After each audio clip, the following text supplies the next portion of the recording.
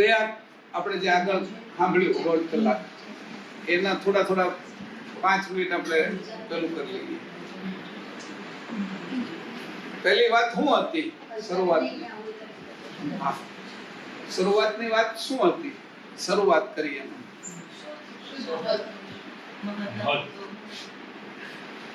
નહીં પ્રશ્ન થાય ને મેં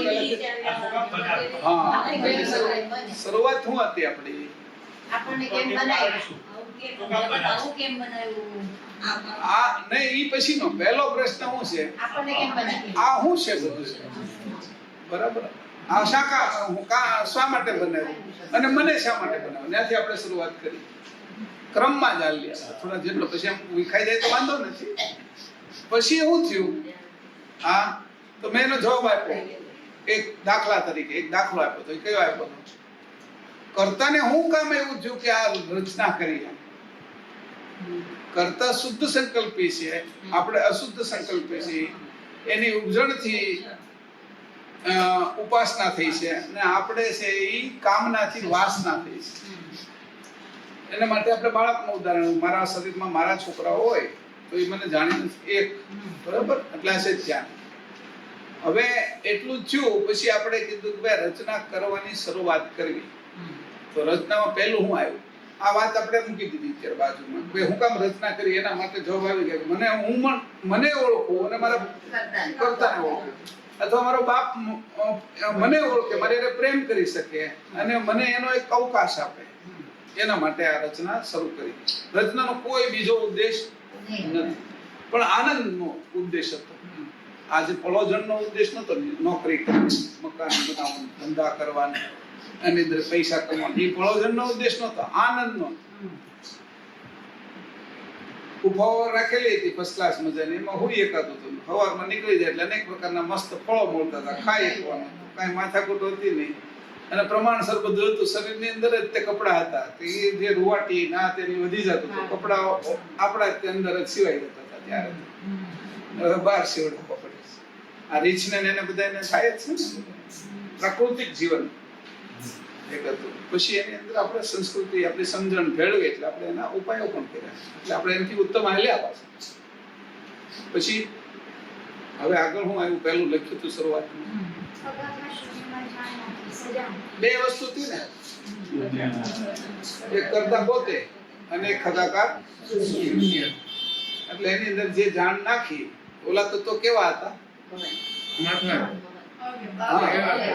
એનું હતું મહદ અને અવ્યક્ત. પછી શુદ્ધ અને પછી આમ હતા પોતે અકર્તૃત્વ વાળા. કર્તૃત્વ એમાં હતું નહીં, કર્તૃત્વ કર્તામાં હતું.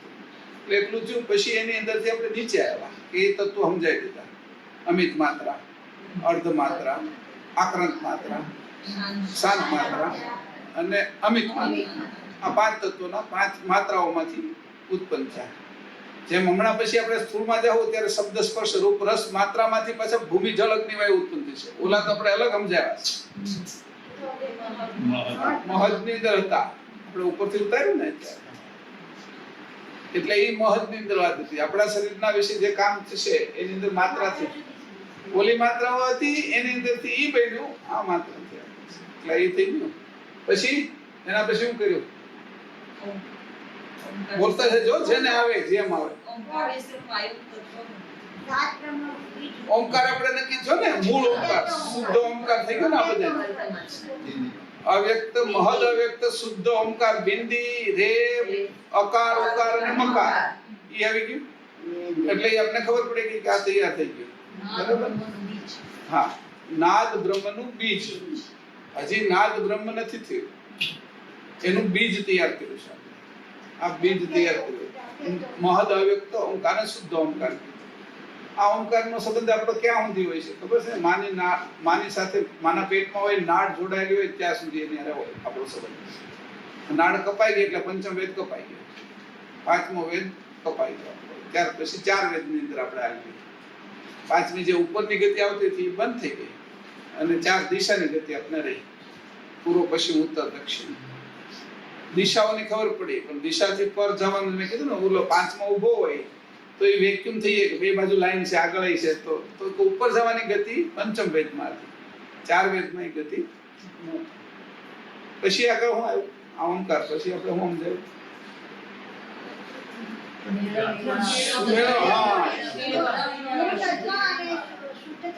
મૂળ તત્વ હતા શુદ્ધ તત્વ, એમાંથી મેળવણી વાળા અશુદ્ધ તત્વ ની શરૂઆત. એમાં પહેલી શરૂઆત ક્યાંથી કરી? ભૂમિથી. ભૂમિથી. ભૂમિની અંદર ભૂમિનો જે અશુદ્ધ ભૂમિ હતી એના કેટલા ભાગ હતા? 9. તો બાકીના એક ભાગ ક્યાંથી કાઢ્યો? પાપા ભાગ આપણે બધા તત્વોનો લીધો. બરાબર. હવે એવી રીતે કરતા આપણે બધું સમજાતા. પછી ક્યાં સુધી ગયા? છેલ્લે ક્યાં ગયા? આકાશ તત્વનું છેલ્લું મેળવણ કયું હતું? ગત આકાશમાં છેલ્લું મેળવણ ભૂમિ તત્વ. આકાશ સાથે આકાશ, ગત આકાશમાં આકાશ. હા, નહીં, એની અંદર આકાશના તો આવી ગયા 9 ભાગ. એની અંદર છેલ્લું જે વાંચ્યું છે એની અંદર ભૂમિ હતું કે વાયુ હતું? વાયુ. છેલ્લું વાંચ્યું કે વાયુ? નહીં, આમાં લખ્યું છે. જોવો તો ખરા. એટલે છે કોણ કેટલા જાગતા થાય એની તો ખબર રહે ને. એમ હું હોઈ ગયો તો કે નહીં, મારી ઉપર છું.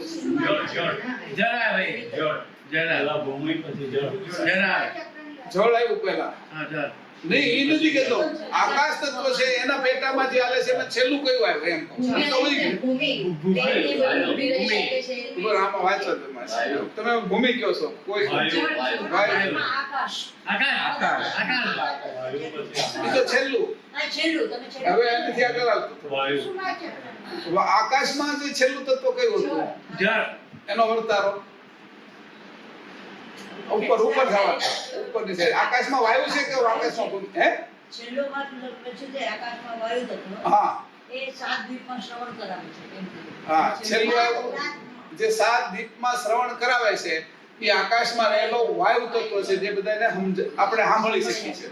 એ આકાશ તત્વ વિશેનું ભાગનું છેલ્લું તત્વ હતું વાયુ. અને શરૂ ક્યાંથી કર્યું હતું? ભૂમિ તત્વના 9 ભાગમાંથી પહેલો ભાગ જે હતો એ પૃથ્વી તત્વ. પૃથ્વી તત્વનો પછી પહેલો વર્તારો કેનો કીધો આપણે? પૃથ્વી તત્વમાં 9 ભાગના એમાં પહેલો કયો આવ્યો? જળ તત્વનો. બરાબર છે. ભૂમિમાં જે બંધારણ કરી રાખે છે, પર્વતોને બાંધી રાખે છે, એનું જળ.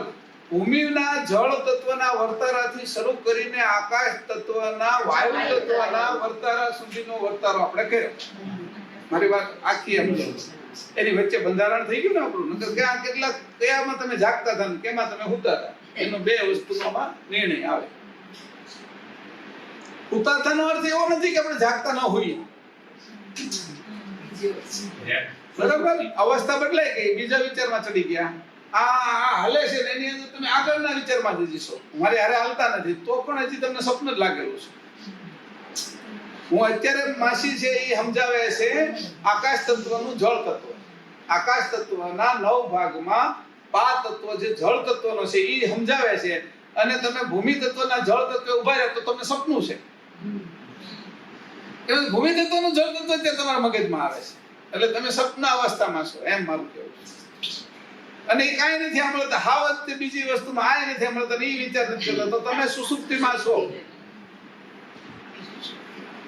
ક્યારે કેટલા જાગ્યા કઈ હોય એમની અંદર આપણે દોરો પોરવો હોય તો કેટલી જાગૃતિ જોઈએ. એમાં આપણે આ છે અંધારું થયું હોય એવા સમય હોય, એમાં ચશ્મા હોય ત્યારે કેટલી જાગૃતિ જોઈએ. તો એ રીતે જ્યારે આપણે આ બધું સમજતા જાય ત્યારે જાગૃતિ પણ આપણે વધતી જવી જોઈએ ને આ સ્તર ઉપર. એટલે હું આ પૂછું છું તમને. એટલું આપણે ગયા તો 5-10 મિનિટ મેં કીધું જાણી લઈએ કે મેં કર્યું હું અત્યારે 1.5 કલાક મેં કર્યું. કેટલી વખત હું આયા રહ્યો? 1.5 કલાકમાં 90 મિનિટ હોય. એમાં કેટલી મિનિટ હું સાથે આવેલો, કેટલી વખત માસીએ વાંચ્યું એની સાથે આવેલો, કેટલી વખત હું ખુલ્લો રહ્યો અને હું સમજવાની કોશિશ કરી. બીજી કે આ જગ્યાએ તો આવેલું હતું, આકાશમાં આના કારણે રહેતા, ભૂમિ તત્વ ક્યાંથી આવ્યું તો પાછું અટવાણો. એ ખુશ થઈ ગઈ આપણે દોરી. એવી કેટલી જગ્યા આવી કે જ્યાં હું અટવાણો, ત્યાં ડબલ વાત થાય છે, આમાં નથી સમજાતું એમ એવું લાગ્યું આપણે. કારણ કે જ્યારે સ્પષ્ટીકરણ જ્યારે થતું હોય ત્યારે પૂર્ણ ધ્યાન ન દીધું હોય ત્યારે અસ્પષ્ટીકરણ થઈ જ જાય અંદર ઓટોમેટિક. અસ્પષ્ટતા જ રહે પછી. એટલે એવી રીતે કેટલો સમય 90 મિનિટમાં હું ક્યાં ક્યાં રમ્યો, આમાં જ મને દેખાતું જ નથી કે આ તમને સમજાવવા જેવું કાંઈ છે.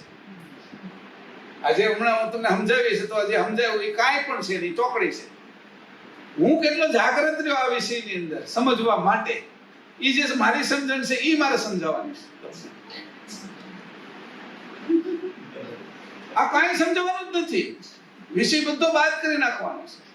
ઓહો આટલું બધું તો એ બધા વૈજ્ઞાનિકો કરશે, એ આપણું કામ નથી. આપણે તો જીવવાનું કામ છે. મસ્ત જેવું 1.5 કલાક કેટલું જીવો, એ પછી 1.5 કલાકનો દિવસ આખો થઈ જશે, મહિનો થઈ જશે, આખું જીવન જ જીવી શકાશે. અત્યારે કઈ આપણે જીવતા નથી એવું લાગે છે. જીવી છે સપનામાં આપને એવું લાગે કે હું હા સફરજન ખાઈ રહ્યો છું, હું પાણીમાં નાહી રહ્યો છું. સપનામાં એવું લાગે છે કે સાચું હોતું નથી. એમાં કઈ સાચું છે નહીં. એ જ ન્યાય જ લઈએ, સિદ્ધાંત જ લઈએ. હા, જાગ્રત હોશમાં શુદ્ધ જાગૃતિ રાખવી જોઈએ, અતિ ઉજાગર સ્થિતિ રાખવી જોઈએ. અને એમાં નડે છે કોણ? ઈ પાછું કહું કે અંદર જે વાયુ વાઈશ ને એ થોડી વાર થાય ને તે અપાન વાયુ, પ્રાણ વાયુ, તે શ્વાસોશ્વાસની અંદર ફરક પડે છે એટલે શુદ્ધ જાગૃતિ નથી રહેતી. કારણ કે શ્વાસની અંદર આપણા મન ઉપર કંટ્રોલ એ કરે છે, અંતસ્કરણ ઉપર આપણો જે પ્રાણ ચાલે છે એ કંટ્રોલ કરે છે. એટલે આપણને ખબર નથી રહેતી, એટલે તરત અપાન વાયુ ઉપર ચડી જાય એટલે તરત આમ થવા માંડે. હા, એટલે એ આપણને ખબર નથી રહેતી કઈ સંધિ આવે છે. કશું જ સમજાવવાનું નથી. આજ હાંજે આપણે બેહીને અહીંયા કેટલા જાગૃતમાં બેઠા છે ઈ જ સમજાવવાનું છે. ઈ જ આ બધાથી કરવાનું તો ઈ જ છે. મૃત્યુ સમયે હું આ જેમ ઘરમાંથી હું બહાર નીકળું એમાં શરીરમાંથી બહાર નીકળી શકું તો હું જાગૃત છું.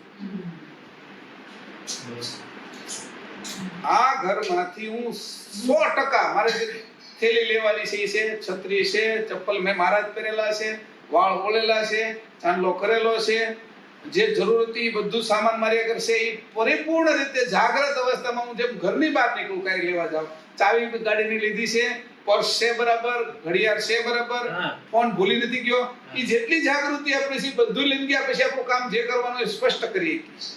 લે આ પેલું ભૂલી ગયો ફોન, એ કે તો રહ્યો કે પર્સ ભૂલાઈ ગયું તો એ રહ્યું.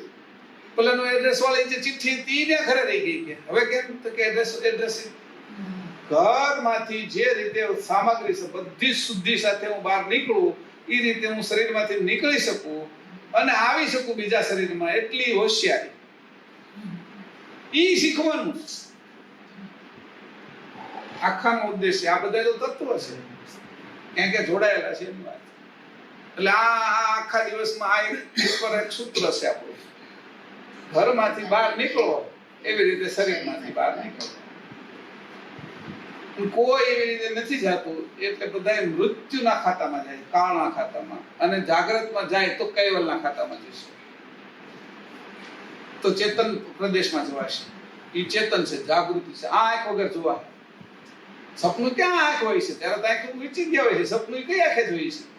એ જ આંખ હકીકતમાં ખુલ્લી કરવી છે આપણે. સપનું તો જોઈએ છે ને, આ આંખ તો એ પડી છે. સપનું આવે છે તો કઈક અમદાવાદનું, કઈક બહાર બીજા કાશ્મીરમાં ફરવા ગયા એનું, તો આંખ તો અહીંયા સુરતમાં પડી છે. એ કઈ આંખ હતી? એ જાગૃતિની આંખ. એવી એની કરતા પણ જાગૃતિની હજી સૂક્ષ્મ આંખો છે. 7 આંખો છે આપણી. આ આંખે જોઈ નહીં પહેલા તો 7 આંખો, એક પછી ઉપર આપણે 8મી આંખ ચડાવી, એનું નામ ચશ્મા. એ આપણે ચડાવી. હા, 13 મિનિટ આ થઈ ગઈ. હવે વિષય આવ્યો છે આપણો કે ભાઈ શરૂઆત કરે બધી. એટલે એક વસ્તુ શરૂઆત નથી કરી ત્યાં તો કાંઈ સમયની કાંઈ છે નહીં બાંધછો. કોઈ કામ કરવું હોય તો આપણે નક્કી કરી કે આજે ચા મૂકી દેવી છે. ક્યારે મૂકવી છે? તો બધા ઉઠે ત્યારે અથવા 7 વાગે. એટલે સમય નું નક્કી થયું. આપણે કેટલા વાગે ટિફિન આવવાનું છે? 12:30. કેમ? અહીંયા છીએ એટલે 12:30 નક્કી કર્યા છે કે 12:30 ટિફિન આવે. આપણે કેટલા વાગે આવ્યા? 8:30. એટલે નક્કી થયું કે 8:30 આવવાનું, 12:30 જમવાનું. એટલે નક્કી આમ ટાઈમ ટેબલ શરૂ થયું. હવે આટલા બધા તત્વો જ્યારે શરૂ થયા એટલે કાળની શરૂઆત થઈ. કે તમે આની અંદર આ નાખો તો કેટલો સમય લાગે છે એને ભળતા?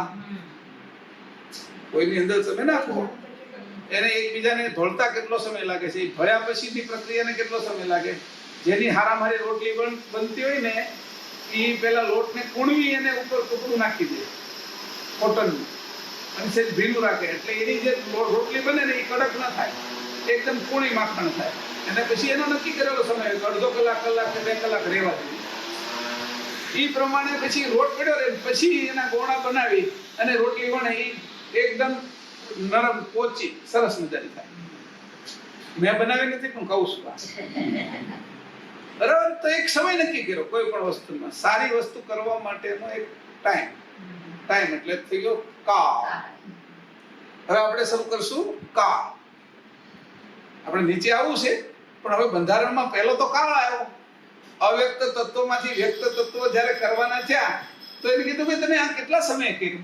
આ ક્લાસ તમે કર્યો તો કે આવ્યા મહેશભાઈ મળ્યા પછી આખું તમે પંચમવેદ સમજીને વહી ગયા તો એનો 1 સેકન્ડ હતી તો 1 સેકન્ડમાં સમજાય તો વાંધો નથી. એ કાળતો હતો પણ કે ના અમે આખો દિવસ રહ્યા.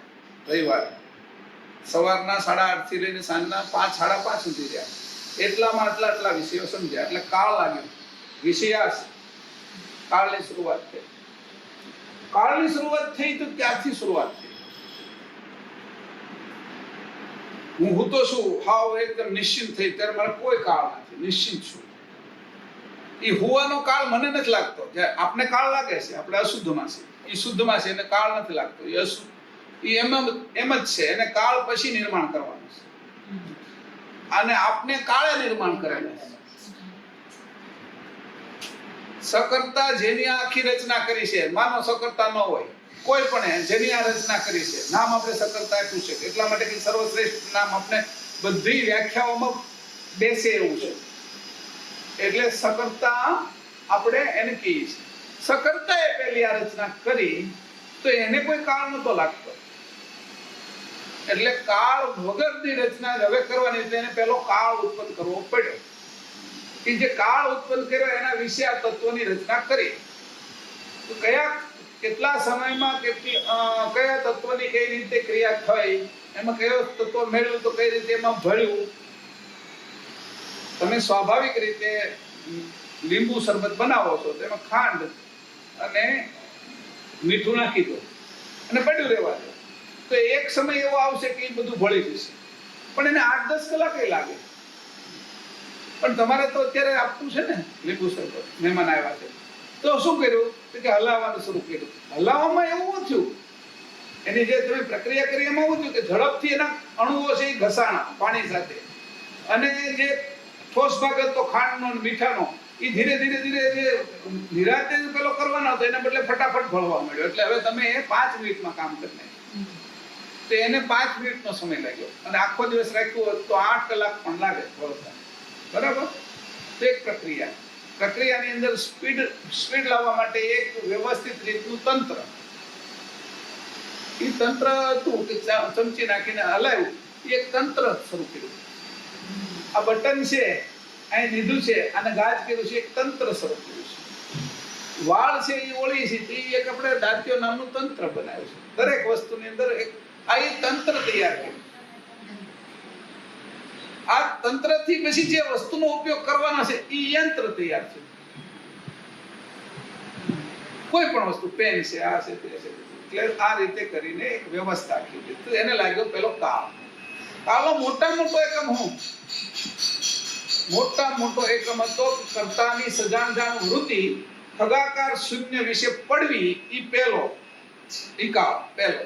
ત્યાંથી મારી અહીંથી તમારા સુધી દ્રષ્ટિ પહોંચવી એની અંદર જે સમય લાગ્યો ઈ પહેલો કાળ દ્રષ્ટિનો. સૂર્યનો પ્રકાશ અહીંયા આવતા 8 મિનિટ અને 20 સેકન્ડ લાગે છે. તો ઈ એનો કાળ અહીંયા પહોંચવાનો, પ્રકાશને પહોંચવાનો. એવી રીતે ઈ તો પ્રકાશ આવે છે જે વૃત્તિ પહોંચવી. ખગાકાર શૂન્યના જે છેડા સુધી વૃત્તિ કરતાની પહોંચી ઈ કાળ લાગ્યો. એનું નામ છે પ્રકાશ બ્રહ્મ વૃત્તિ. એનો પહેલો કાળ લાગ્યો. આવડું મોટું ખગાકાર શૂન્ય છે, આ બોર્ડ જેવું. પણ એવું કીધું કે ખગાકાર શૂન્યનું માપ જ નથી, એટલે બે ચારે દિવાલો આપણે તોડી નાખી, અમાપ કરી નાખ્યું. બરાબર? અમાપની અંદર પછી કરતા એ ખગાકાર શૂન્યને વિશે પોતાની વૃત્તિ નાખી, એ જ્યાં સુધી ગઈ એવો એક ભાગ તૈયાર કર્યો આમ કરીને ગોળ.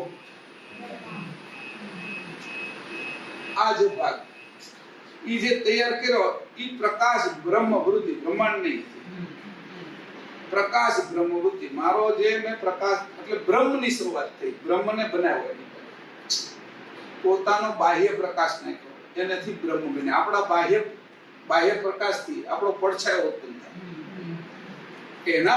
એની જે તો એ પડછાયો ઉત્પન્ન થયો છે એનો એક સમય છે. સૂર્ય જે રીતે ઉગતો જાય છે એને મોટો થતો જાય છે, સૂર્ય માથા ઉપર નાનો થતો જાય છે, એનો સમય છે, એના સમય હાલે છે.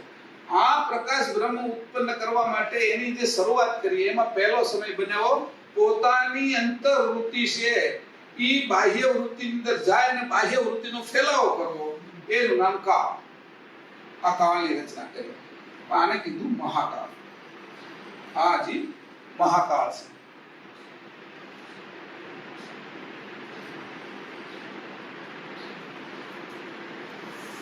આ મહાકાળથી રચના થઈ પ્રકાશ બ્રહ્મવૃત્તિની, બ્રહ્મની રચના થઈ. ખગાકાર શૂન્ય અંધારા વાળું કાળું ધબ હતું, એની અંદર કાંઈ પણ હતું નહીં. જેમ રાત પડે છે ને આપણે કાંઈ પણ દેખાય નહીં, આ ઘોર રાત. એક તારો પણ ના હોય. તારો ક્યાંથી હોય? એક તંતો તારો હોય જ્યારે ત્યારે તે પ્રકાશ થઈ ગયો ને, એ પ્રકાશ જ નહોતો ખગાકાર શૂન્યમાં. એવો જે પ્રકાશ ઉત્પન્ન કરવાનો હતો તે બ્રહ્મરૂપી પ્રકાશ બની ગયો. અકાળી મહાકાળી બ્રહ્મ, આ પ્રકાશની આ જગતની અંદર બધા જ ઉપાસના કરે છે. આના કરતાની કોઈ ઉપાસના કરતા નથી. આના કરતા કહેવાય. અને આ જે મહાકાળને ઉત્પન્ન કરનાર, બ્રહ્મને ઉત્પન્ન કરનાર, એની બ્રહ્મની સંસારની અંદર મહાન ઉપાસનાઓ ચાલે છે. અને બ્રહ્મ જ્ઞાનીઓ એ શ્રેષ્ઠ કહેવાય છે. કાળની અંદર એટલી, બ્રહ્મની અંદર એટલી તાકાત મૂકેલી છે, તે કરતા કહેવાય છે. એનું નામ આવું થયું ભાગ બહાર નીકળે. જે મારી અંદરથી મારો નામ વિશ્રુત નામનો છોકરો જે જન્મ્યો છે, એ એક મારા શુક્રાણુની અંદર એક નાનો એવો ભાગ મેં બહાર કાઢે છે. તો આખો તો હું એમને જ છું. કરતા કહેવા લેજી એમ જ છે, આ બ્રહ્માંડ નીકળું તો એમ મારું કેવું છે. એની અંદર કશું જ ખૂટ્યું નથી. ખૂટવા માટે આપણે તો મારામાંથી એક એવો ઝીણો તો કણ ગયો છે, એનો એ કણ નથી ગયો. એ પ્રકાશ રૂપે છે, એટલે એનું કશું જાણ રૂપે. જાણમાં શું થાય છે? કાંઈ નહીં. જાણ તો પાછી મારી બાજુ આવી જાય છે. જાણ જાતી નથી. મારી જે સમજણ છે એ ગમે ને આપું, મારી સમજણ ક્યાંય જાય નહીં. એમાંથી સમજણ લઈ જાય તો મારી સમજણ તો મારી બાજુ જ પાછી આવે. એ રીતે આ બ્રહ્મ એ મહાકાળ છે. અને આને જ્યારે એનો જે થયો એ પ્રકાશ, એ કયો થયો? પોતાથી જુદો, એટલે બાહ્ય. મેં જે વિચાર શરૂ કર્યો એ શરૂ કરનાર વિચાર એ હું, અને વિચાર જે મારાથી થયો એ જુદો પડ્યો, એ પાછો મારાથી જુદો વિચાર. આપણે હંમેશા શું કરીએ? અમારો વિચાર છે એટલે આપણા વિચારને આપણે પકડી રાખીએ, એટલે જડ થઈ જાય છે. કોઈ પણ વસ્તુ આ મને ભાવે છે ના નથી ભાવતું એ એક વિચાર, આ ગમે છે ના નથી ગમતું એ એક વિચાર. એટલે આપણે વિચારોમાં જડ થઈ જાય છે. એ મારો બાહ્ય ભાગ છે, એ હું નથી. એ જ્યારે ખબર નથી પડતી એટલે મને પણ જડતા લાગે છે. હું બ્રહ્મ જ્ઞાની છું, હું આને માનું છું, આને માનું છું, હું સિદ્ધ છું, એવા બધા જ મુદ્રિકાઓ સિદ્ધ બધા જ સંસારમાં રખડે છે કે એને ખબર જ નથી. શંકરજીને ખબર નથી, બ્રહ્મા વિષ્ણુ શંકરને ખબર નથી, આદિશક્તિ નિરંજનને ખબર નથી, કોઈ દેવોને ખબર નથી, ઋષિમુનિઓને ખબર નથી. જે ઉપાસના કરે છે એ બધી જડની, બ્રહ્મની જ ઉપાસના કરે છે. એટલે બાહ્ય હું પોતે ચેતન છું, અને મારો જે પડછાયો નીકળો ભલે મારી હારે આવે તો પણ એ જડ છે. પ્રકાશ બ્રહ્મ ઈ ચેતન દેખાય છે, પણ એ તો મારા કારણે હાલે છે. હું જાઉં છું તો મારી સાથે ચાલે છે, હું પગ ભરું છું, હાથ આમ કરું છું તો મારી હારે યાદ કરે છે. તો એ બ્રહ્મ છે, એ કોઈ સ્વતંત્ર પદ નથી. એટલે આ પદ છે એ પરતંત્ર પદ થયું. કેના આધારે છે? કૈવલના આધારે છે. એટલે બ્રહ્મને પ્રાપ્ત કર્યા, બ્રહ્મનો વિચાર કરતા એ લોકો એવું સમજી ગયા કે પરતંત્ર અમે છે સ્વતંત્ર પદ પ્રાપ્ત કર્યું છે. નથી. પદ પગમાંથી પડછાયો નીકળ્યો છે મારે આવરણ હાલે તો હું થઈ ગયું એનું થોડો ચેતન સમજી લઉં તો એ રીતે પ્રકાશ આ તો કાળ મહાકાળ આ પહેલો કાળ છે અહીંયા પ્રકાશ બ્રહ્મવૃત્તિ છે બાહ્ય જે ગઈ એ રીતે પ્રકાશ મારો જે ગયો એ જાણ રૂપે છે જાણનું જે ઘર્ષણ ઉત્પન્ન થયું છે એની અંદરથી એક પ્રકાશ નીકળ્યો છે અને એ પ્રકાશ એટલે પ્રકાશિત થવું દેખાવું એટલે પ્રકાશ હું જેમ મારા માના ઉદરમાં હતો અને જન્મ થયો એટલે પ્રકાશિત થયો એટલે દેખાયો માના ઉદરમાં તો ત્યાં સુધી હું પ્રકાશિત નહોતો એટલે જન્મ દિવસ આપણે ઉજવીએ છીએ આ પ્રકાશ બ્રહ્મનો જન્મ દિવસની શરૂઆત થઈ જન્મ થયો એ મહાકાળની શરૂઆત આ મહાકાળ પછી આની અંદરથી મહાકાળમાંથી જે કાંઈ આગળ આવ્યું એ કાળ આપણે મહાકાળની ગણતરી કરી શકીએ એમ નથી એટલે મહાકાળની ગણતરી આપણે કરતા નથી પણ કાળની ગણતરી આપણે કરશે કાળને ગણી શીખી છે કેટલા વાગ્યા આ ઘડિયાળમાં જોઈને ગયો તો કોઈ 11:30 11:30 એટલે શું 10:45 હા એટલે 11:15 બાકી બરાબર પછી એટલે હવે કીધું 10 ને કેટલી મિનિટ બરાબર 11:30 તો કીધા તો 11:30 કેમ કીધા પોણો એટલે શું કે કલાકનો ભાગ બાકી તો તમે એને કાળને કેટલી રીતે જોઈ શકો આ રીત એક ઘડિયાળ તમે કઈ રીતે જોયું તમે એમ કીધું કેટલા વાગ્યા તો તમે હવારના પક્ષની શરૂઆત કરી છે કે બપોરના પક્ષમાં જમવાની ભૂખ લાગી છે એના પક્ષમાં જોવો છો તો તમે એવી રીતે જોશો કે 11:30 થયા કે 12 હમણાં વાગે તો જમવાનું આવે સમજાણું તો એના પક્ષમાં જોયું પણ કેટલો સમય થઈ ગયો એમ જોયું તમે તો કીધું 10:45 થઈ છે કે 8:30 ના બેઠા છીએ આપણે અને 10:45 થઈ છે તો તમે પાછળના જે કહેવાય ને કે ભૂતકાળને આધારે પણ તમે અત્યારે જોવો છો મહેશભાઈ કીધું એટલે જોઉં છું તો એટલા ભાગ્યા છે તો 3 ભાગ પછી કાળના 3 ભાગ ભૂત ભવિષ્ય વર્તમાન છે નહીં કર્યા ઉપયોગમાં આવવા માટે એટલે કાળના 3 ભાગ છે હવે હું અહીં જે કઈ કરીશ મારી જે મને આવડે છે ને એ પ્રમાણે કરીશ એટલે તમે આને જોઈ લીધું પછી આ જે કાળ લાગ્યો તો કાળની અંદર ભૂત ભવિષ્ય વર્તમાન 3 કાળ લાગી ગયા ઉત્પત્તિ સ્થિતિ અને લય આ કાળને લાગ્યું એટલે જન્મ જીવન અને મૃત્યુ આ એનો ત્રીજો અર્થ જો લખતો નથી કહું છું તમને એના ઉપરથી સમજી પાકી થઈ ભૂત ભવિષ્ય વર્તમાન मतलब भूत वर्तमान અને ભવિષ્ય પછી ઉત્પત્તિ સ્થિતિ લય જન્મ જીવન અને મૃત્યુ આ કાળ હવે કાળની શરૂઆત કાળની અંદર આપણે બધા આવી ગયા હવે કાળ છે એની શરૂઆત થઈ કે આટલું મોટું આ ખગાકાર શૂન્ય હતું એમાંય મોટું છે એ બ્રહ્મ હતું બ્રહ્મની અંદર એક નાના નાના ઈંડાઓ ઉત્પન્ન થવા માંડ્યા પછી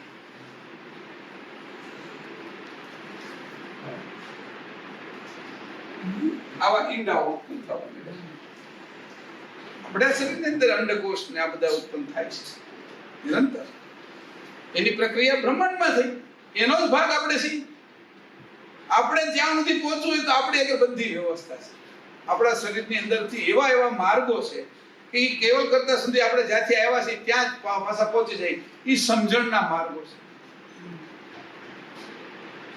આપણા શરીર વિશે કઈ જાણતા નથી આખી આ બધી ઘટનાઓ ઘટે છે તો આ એક ઈંડું તૈયાર થયું એટલે કીધું પછી બ્રહ્મ હતું એનો એક પડ કરી નાખ્યો આની બહાર છે એ ખગાકાર શૂન્ય છે બ્રહ્મની અંદર છે એ આ કેવલ કરતાનો પ્રકાશ આની એક બોર્ડર પહેલા તૈયાર કરી એ મહાકાળથી તૈયાર કરી અને જે આ બધા ઈંડાઓ તૈયાર કર્યા એ બધા બ્રહ્માંડ છે એક ઈંડું એ બ્રહ્મની અંદર તૈયાર થયેલું ઈંડું એનું નામ બ્રહ્માંડ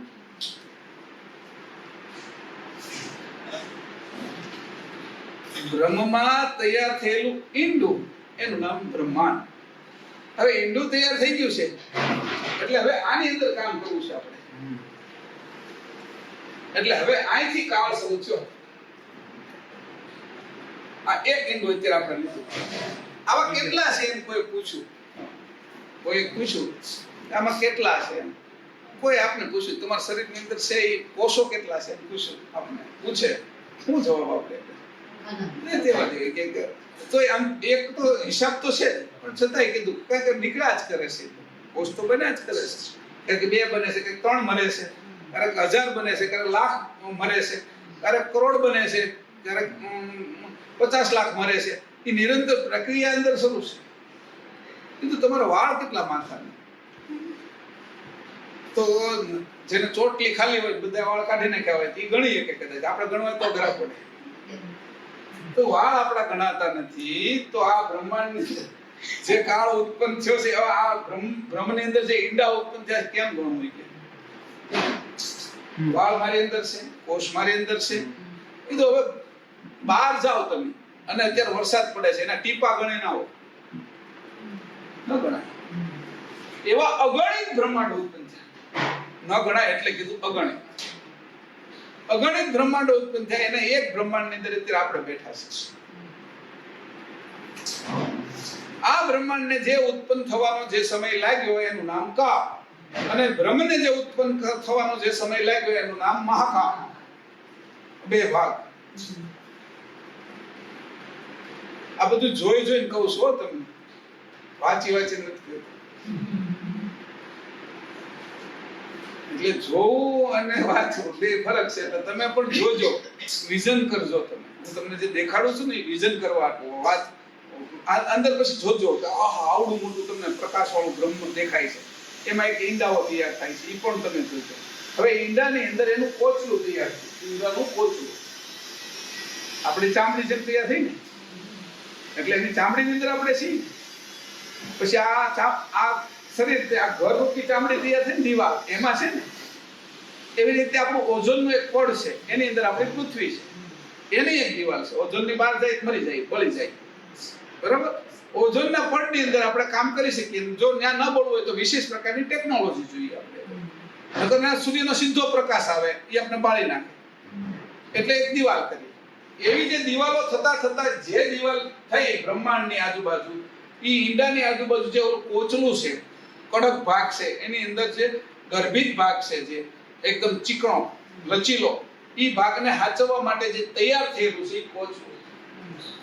ઈ કોચલું છે, બ્રહ્માંડ છે એનું બંધારણ. બ્રહ્મનું નહીં, બ્રહ્માંડનું. બ્રહ્માંડના બંધારણની અંદર પહેલો પુરુષ થયો.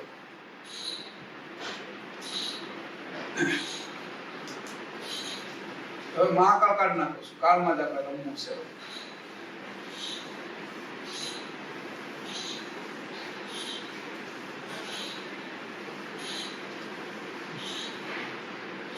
બધા ઈંડાઓ મને બાદ કરીને હવે આપણે એક ઈંડાની વાત કરી છે. આ એક ઈંડું લીધું છે. અવલાદમાંથી મોટું બન્યું. આ ઈંડાની જે આ દિવાલ છે એને આપણે કીધું કોચલું, એટલે ચર્મ. આ બંધારણ શું છે? ચર્મનું જે બંધારણ શું છે, ચામડી જે બની છે એ મૂળ વાયુ તત્વની ચામડી છે. હવે આપણે જે તત્વ લેશું ને એની અંદર આવશે આવતા ક્લાસમાં જેમાં પછીમાં.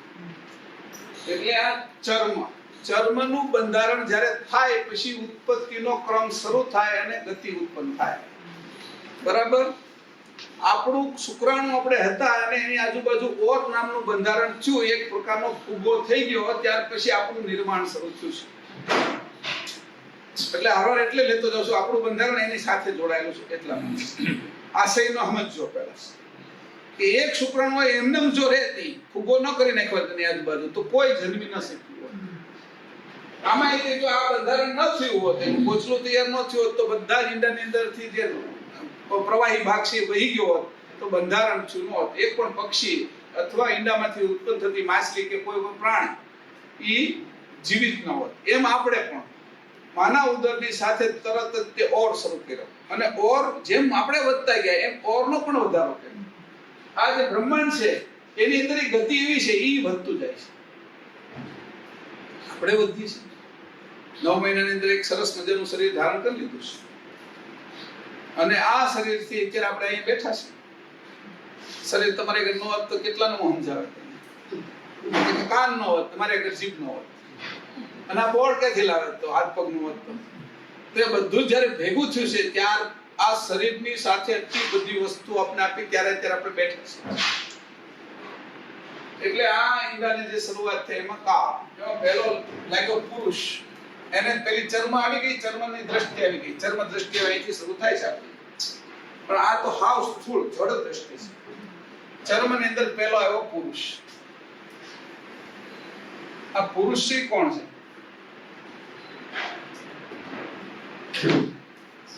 આજે પુરુષ છે એ નિરંજન.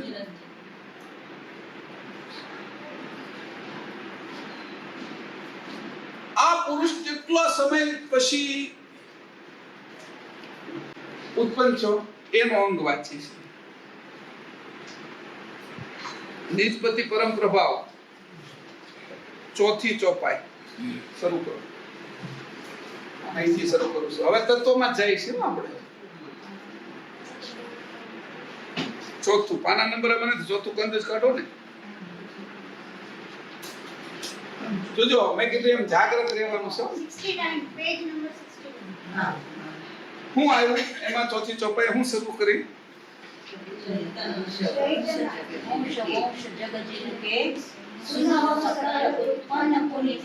હવે ઉત્પત્તિની શરૂઆત કરી છે. ઉત્પત્તિ તમને હું બતાવું છું. કાળની અંદર આવી ગયા એટલે ઉત્પત્તિની શરૂઆત કરી. કેટલા ઊંચું પાનું કીધું? 69.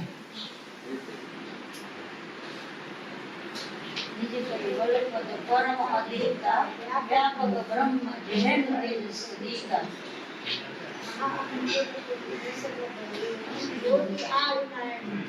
જ્યોતિ સ્વરૂપ નારાયણ દર્શે. હવે હું વાંચું છું, તમે આરવારી સાંભળો. ચૈતન તન અંશ વંશ જગ જીન કે સુનહો સકલ ઉતપન પુનિતિન કે નિજ કૈવલ પદ પરમ આદિતા વ્યાપક બ્રહ્મ જેનું તેજ સદિતા. ચૈતન અંશ વંશ જગ જીન કે સુનહો સકલ ઉત્પન પુનિતિન કે નિજ કૈવલ પદ પરમ આદિતા વ્યાપક બ્રહ્મ જેનું તેજ સદિતા. વ્યાપક બ્રહ્મ જેનું તેજ સદિતા. જે પ્રકાશ મેં કીધું ને બ્રહ્મ એ કેવલ નો નિજ કેવલ પદ પરમ આદિતા. પરમ આદિત્ય છે. પરમ આદિત્ય, પરમ સૂર્ય. એવો કોઈ સૂર્ય નથી. એનો તેજ છે ઈ બ્રહ્મ છે. બ્રહ્મની અંદર એક ઈંડું ઉત્પન્ન કર્યું છે આપણે, ઈ તૈયાર કર્યું છે. હવે એની પછી કીધું કેટલો સમય લાગ્યો એને કે મહાઅંકુર, પાંચમી ચોપાઈ, મહાઅંકુર ઉત્પન્ન કર્યું. આપણા બધાને અંકુર નહીં, એક જ અંકુર ઉત્પન્ન કર્યું, બધું જ ઉત્પન્ન એમાંથી થઈ જશે. મહાઅંકુર, આ એક જ અંકુર બધું જ ઉત્પન્ન થશે, કાંઈ બાકી નહીં રહે. પેલું હું કર્યું પાંચમામાં, મહાંકુર પુનિ પ્રસવ ભયેવું જ્યોતિ સ્વરૂપ નારણ દર્શેવું. અસંખ્ય કાલ જ્યોતિ જગમગહી બ્રહ્મ તેજ વ્યાપક પગલ ગહી. મહાંકુર પુનિ પ્રસવ ભયેવું. જે રીતે આપણો પ્રસવ થાય છે ને એ રીતે મહાંકુરનો પ્રસવ થાય છે. એટલે જન્મ નથી થતો, અંદર હજી બનાય છે. મહાંકુર પુનિ પ્રસવ ભયેવું જ્યોતિ સ્વરૂપ નારણ દર્શેવું. અસંખ્ય કાળ, કાળ કીધું કેટલો? અસંખ્ય કાલ જ્યોતિ જગમગહી બ્રહ્મ તેજ વ્યાપક પગલ ગહી. બ્રહ્મ તેજ વ્યાપક પગલ ગહી. આવા અંકુર ઉત્પન્ન કર્યા. એનું નામ હતું પહેલું, જે નામ આ કાળ પુરુષ છે એનું નામ હતું. એની આગળ જે આ જે ઉત્પન્ન કર્યું, આ જે ભાગ ઈ જ્યોતિ નારાયણ છે.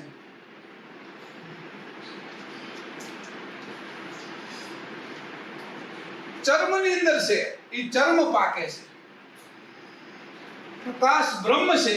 આપણે જેમ રોટલી ઈ ચૂલા ઉપર પાકે છે, એમ બ્રહ્મ નામનો મોટો તવો છે. એની અંદર હવે આ જ્યોતિ નારાયણ નામનું જે સાધન મૂક્યું છે એ પાકવાનું છે. કેટલો કાળ લાગે છે એને કે અસંખ્ય કાળ. કાળની ગણતરી કરી દીધી, કાળનો સમય આપી દીધો.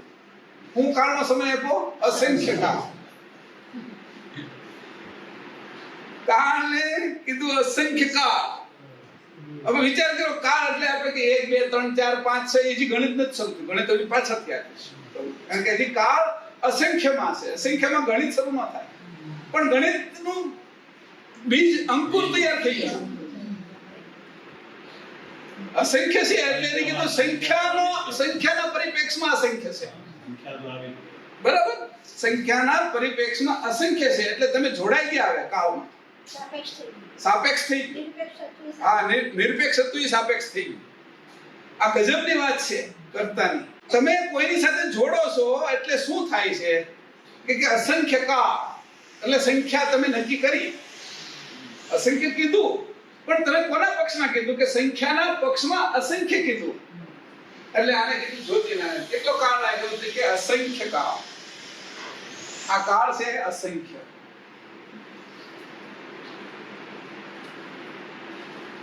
અસંખ્ય, બરાબર, અસંખ્ય કાળ. આ કાળ થઈ ગયો. આપણે એમ કહ્યું અસંખ્ય કાળથી શરૂઆત કરી. અવળો મોટો તો કે શરૂઆત ક્યાંથી કરશું કાળની, એમ આપણે હું ગોતતો હતો, પછી આ મળી ગયો એટલે કીધું અસંખ્ય કાળ જ્યોતિ જગમગી. જે જ્યોતિ ઉત્પન્ન, જ્યોતિ નારાયણ જે ઉત્પન્ન થાય એને પકવી. આપણે બધા અગ્નિની અંદર બધું પકાવીએ છીએ, પણ અગ્નિને નથી પકાવતા. જો વિચાર કરજો, હવે જો આ જે છે ને એ વિચાર તમને છે ને તો આપણી જે બોર્ડર હશે ને બધી તોડી નાખશે, બ્રેક કરી નાખશે. અગ્નિને નથી પકવતા, આની અગ્નિને પકવ્યો.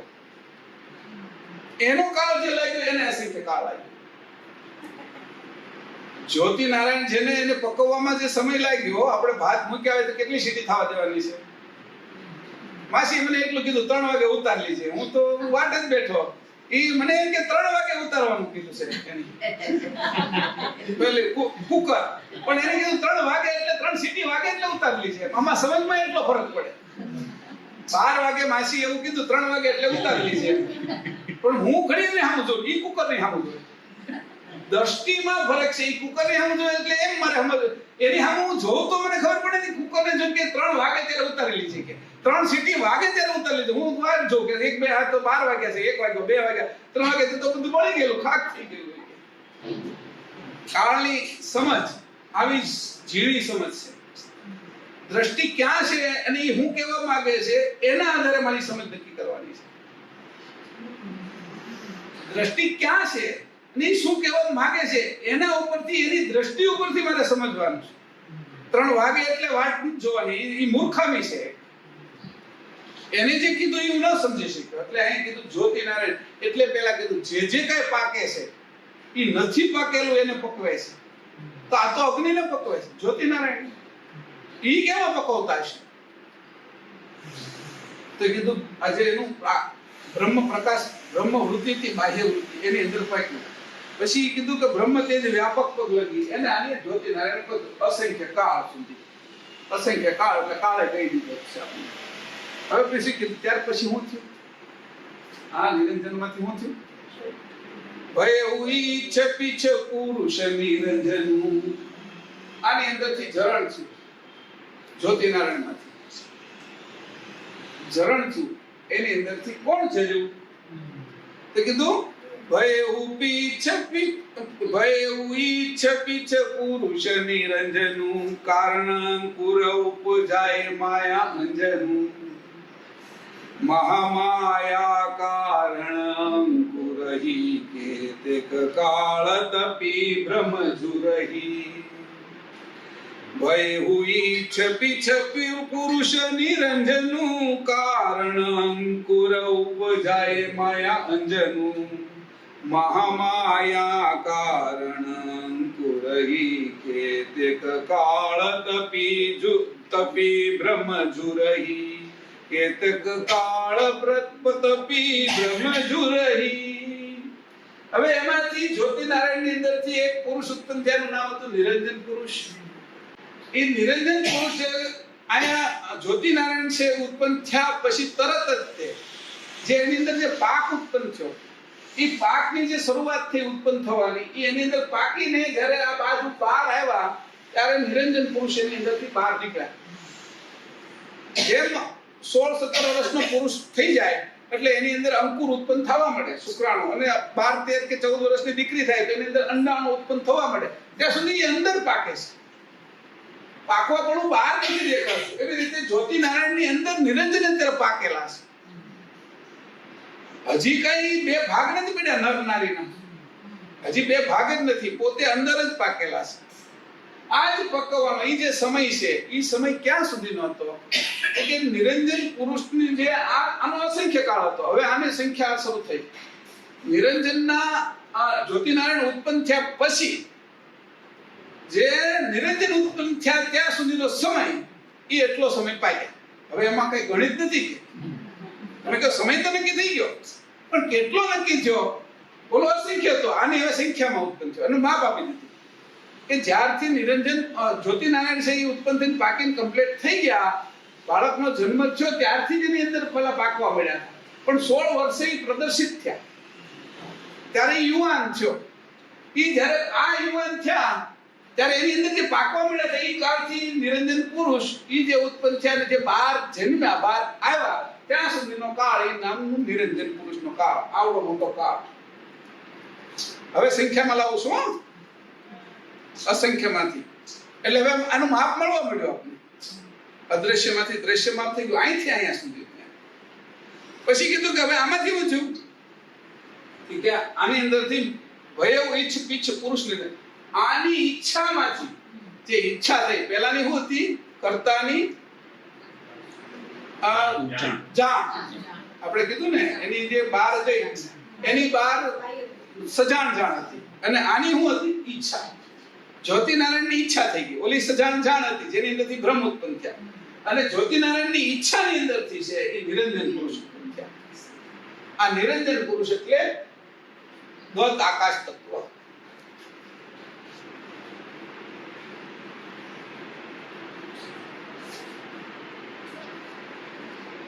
આપણે તત્વનો જ ક્લાસ લઈએ છીએ એટલે આ પુરુષ ની નિરંજન આજે ઉત્પન્ન થઈ કાળ ઉત્પન્ન થયા એમાંથી ગત આકાશ ઉત્પન્ન થયું છે. આ આટલી જે પણ આ બધી ગતિ રહી છે એનું નામ ગત આકાશ. અને એનું કાર્ય શું છે કે આકર્ષણ.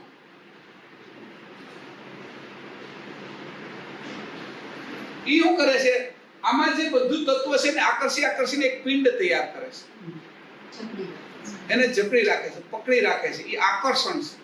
ઉર્જા જે ઉત્પન્ન નથી થઈ, આકર્ષવાનું જે શરૂ કર્યું ને તે બે વચ્ચે ઘર્ષણ શરૂ થયું. આકર્ષવાનું આ બધાને શરૂ કરે એટલે ઘર્ષણ શરૂ થાય. આમાં આ જે ઘર્ષણ આપણે આમ હાથનું કરીએ છીએ એની અંદર તે ગરમી ઉત્પન્ન થાય છે ને આમ કરો એટલે તરત આકર્ષણ થાય છે. એ બે એક હારે ઉત્પન્ન છે. આમાં બે છે જ્યોતિનારાયણમાં. એ બે જે હતા એની અંદર ગરમી હતી. આ તમે આમ ઘસો એટલે ગરમી ઉત્પન્ન થાય. પછી જીરા રૂસડાઓ એની ઉપર હાથ ફેરવો ને તો એ ખેંચાય તમારા હાથમાં ચોંટી જાય છે. એ આકર્ષણ અને જે ગરમી ઉત્પન્ન થઈ એ આદ્ય શક્તિ. એમાંથી શું થયું મહામાયા ભયવ ઈચ્છ અને ઈચ્છા ઉત્પન્ન થઈ એમાંથી નિરંજન પુરુષ થયા. એની અંદર નિરંજન પુરુષની અંદર માયા તો ભરેલી જ હતી. કારણ અંકુર ઉપજાય માયા અંજનું. આ જે છે એ મહા અંકુર હતું એ પહેલું હતું, પછી કારણ અંકુર ઉત્પન્ન થયું. અંકુરના નામ પાડતા ગયા. જો તમે અંકુર હતી કયું અંકુર છે એનું કઈ રીતે છે એટલે એમાંથી નિરંજન ઉત્પન્ન થયા. નિરંજનના કારણમાંથી અંકુર ઉપજાય માયા અંજનું. અંજન રૂપે દીવો કર્યો હોય અને એની મશ જે થાય એ રીતે નિરંજન પુરુષની અંદરથી પોતાની અંદરથી એક માયા ઉત્પન્ન થઈ. એને મહામાયા એટલે અહીંયા મહામાયા કે પણ એને આદ્ય શક્તિ કહું છું.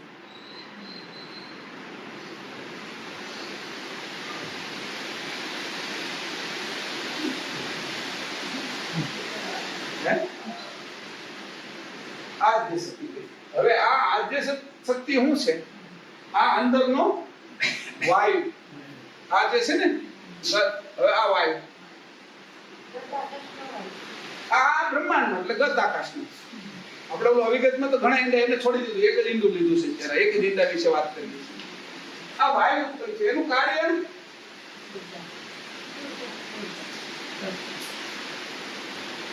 એનું કાર્ય છે ઉર્જા. વાયુનું કાર્ય ઉર્જા ઉત્પન્ન કરે છે. એ ઉર્જા છે, એ આદ્ય શક્તિ છે. એનો શું કામ? તમે જ્યોતિ પ્રગટાવી દીધી, દીવો થઈ ગયો ત્યારથી જે દીવોને જ્યોતિ પ્રગટી અને જ્યોતિ પ્રગટતા જે મસ થાય એ એનો કામ. હવે એને દેખાય કેવી રીતે કોઈને પણ? તો આ લોકો મસ પાડે છે, એ તમે ક્યારે પાડેલી છે બૈરાઓએ? બરાબર છે. તો એ જે રીતે પાડે છે એમાં તમે સળગ્યું અને પછી તમે જે મસને ઉપરથી ભેગી કરવા મળ્યા અને ઉપર કઈ વાસણ રાખીને બરાબર જે કઈ રાખ્યું છે અને એને ઈ જે તૈયાર થયું એને નથી, ઈ જ્યોતિમાંથી આ નિરંજન છે, એ જ્યોતિનો જ ભાગ છે, પ્રકાશનો છે, આકર્ષણનો છે. અને એની અંદરથી જે માયા ઉત્પન્ન થઈ, જે મસ ઉત્પન્ન થઈ, એ રૂપે આદ્ય શક્તિ છે, એને કાળ નક્કી થઈ ગયો. તમે દીવો પ્રગટાયો અને પ્રગટાવ્યા પછી જે તમે ઉપર ભેગી થવાની શરૂઆત થઈ ગઈ, ઈ એનો કામ. આ ભેગી થવાના પછી તમે બધી ભેગી કરીને મૂકી દીધી, તૈયાર થઈ ગઈ એટલે તરત એના અણુઓ તૈયાર થઈ એટલે મસ તૈયાર થઈ ગઈ આંજવા માટે. પણ હજી આંજવા જેવી તૈયાર નથી, કારણ કે ઠોસ નથી થઈ. ઠોસ થવા માટે એને પાછા આણ્વિક બંધારણ જોઈશે. એટલે હવે એની પાછું અહીંયા કીધું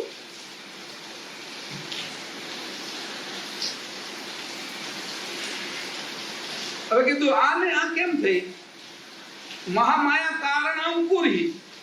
મહામાયાનું કારણ છે, કારણ અંકુરથી ઉત્પન્ન થઈ છે. ઓલી કઈ અંકુરથી ઉત્પન્ન? મહાઅંકુર. નિરંજન મહાઅંકુરથી ઉત્પન્ન થયા, આ કારણ અંકુરથી ઉત્પન્ન થઈ છે. હવે કહેતે કે કાળ તપી બ્રહ્મ જોઈ.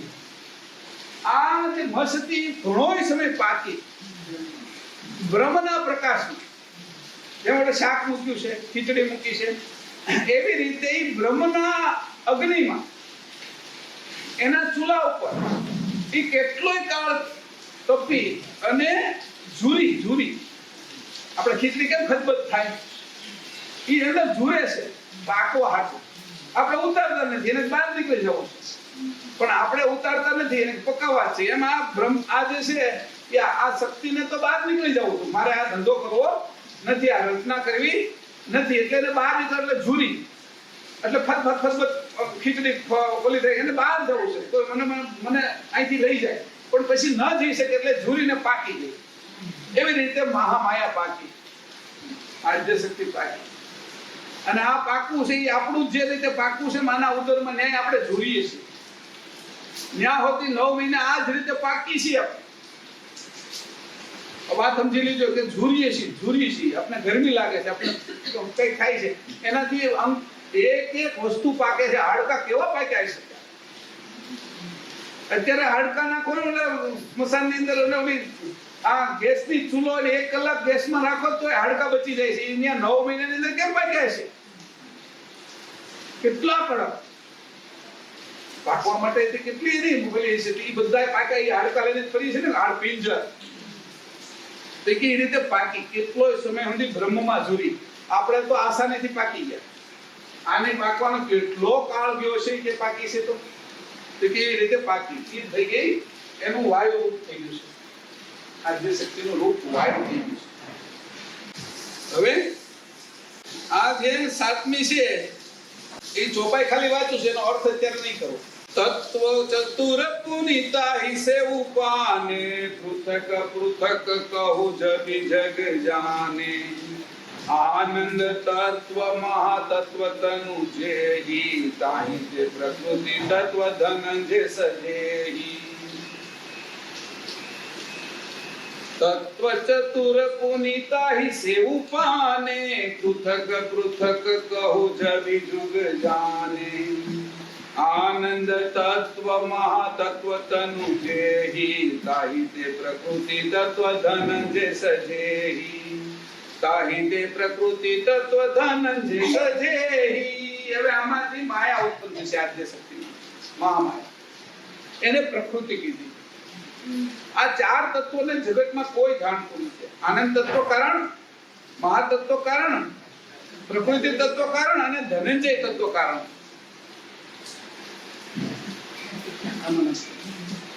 તો એને કોઈ જાણતું નથી. એટલે હું એની પણ અત્યારે વાત એટલે નથી કરવાની, બફર રૂપે છે. બે ડબ્બાની વાત કરી છે, પણ બે ડબ્બાને અથડાવવા નથી દેતા. એ જે બફર વચ્ચે આવે છે, એ બફર રૂપે આ છે. તો આદ્ય શક્તિનો સીધો જો પ્રકાશ આવે તો કોઈ જીવી ન શકે. હે? હા, આ એ જોઈ લીધું, બરાબર છે. આ જ્ઞાન વિજ્ઞાનમાં 11મા પાનાની અંદર છે કે જે ઓલા તત્વ છે બફર રૂપે છે, જે લીલા કલરની અંદર આપણે બતાવ્યા છે 3, 4, 5 અને 6. આ બે તત્વ છે એ તો અહીંયા થઈ ગયા, પણ એ બફર રૂપે છે. કારણ કે આ બાજુનો એટલો બધો છે એ બહાર ઘણી વખત શું હોય કે આપણે જે પેલી રિંગ નાખીએ કુકરમાં, તો રિંગનો અર્થ શું છે કે આ જે હવા છે એને બહાર ન જવા દેવી. રિંગનો બીજો કોઈ અર્થ નથી, બફર રૂપે છે કે એ પકાવવા માટે જે અંદર જોઈશે એને અંદર રાખવાનું. આ જે પુષ્કળ પ્રમાણમાંની શક્તિ ઉત્પન્ન થઈ છે, એ શક્તિ જો આ બાજુ આવે તો બધાને બાળીને ખાક કરી નાખે. એટલે ઉત્પત્તિના માર્ગમાં ઉત્પન્ન થાય પહેલા તો મારી નાખે. મેં હમણાં એક ઉદાહરણ આપ્યું હતું કે જે સર્પ હોય ને, એની જે સર્પિણી એની માં હોય ને, એ બચ્ચા મૂકતી જાય પછી ખાતી હોતી જાય ક્યારેક એના નાના બચ્ચા. એનો આધ્યાત્મિક અર્થ જુદો છે, પણ આમ સ્વાભાવિક એવું કે એના આંતરડાની અંદર એટલી ભૂખ લાગે છે કે એને કઈ મળતું નથી, એને ખાઈ જાય છે.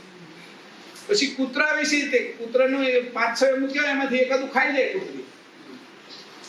તો જો તો આ ઉત્પત્તિ ના તો બધા ખાઈ જાય. આદ્ય શક્તિ જેટલા ઉત્પન્ન થાય એટલા ખાઈ જાય, એટલી શક્તિ. એટલે એને બફર મૂકી દીધું, બે અથડાય નહીં ડબ્બા.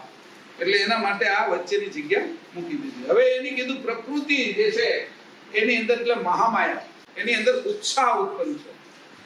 પ્રકૃતિ ઉત્સાહ ચાહજ વિભયુ ત્રિગુણાંકુર સૂક્ષ્મ નિરમયુ.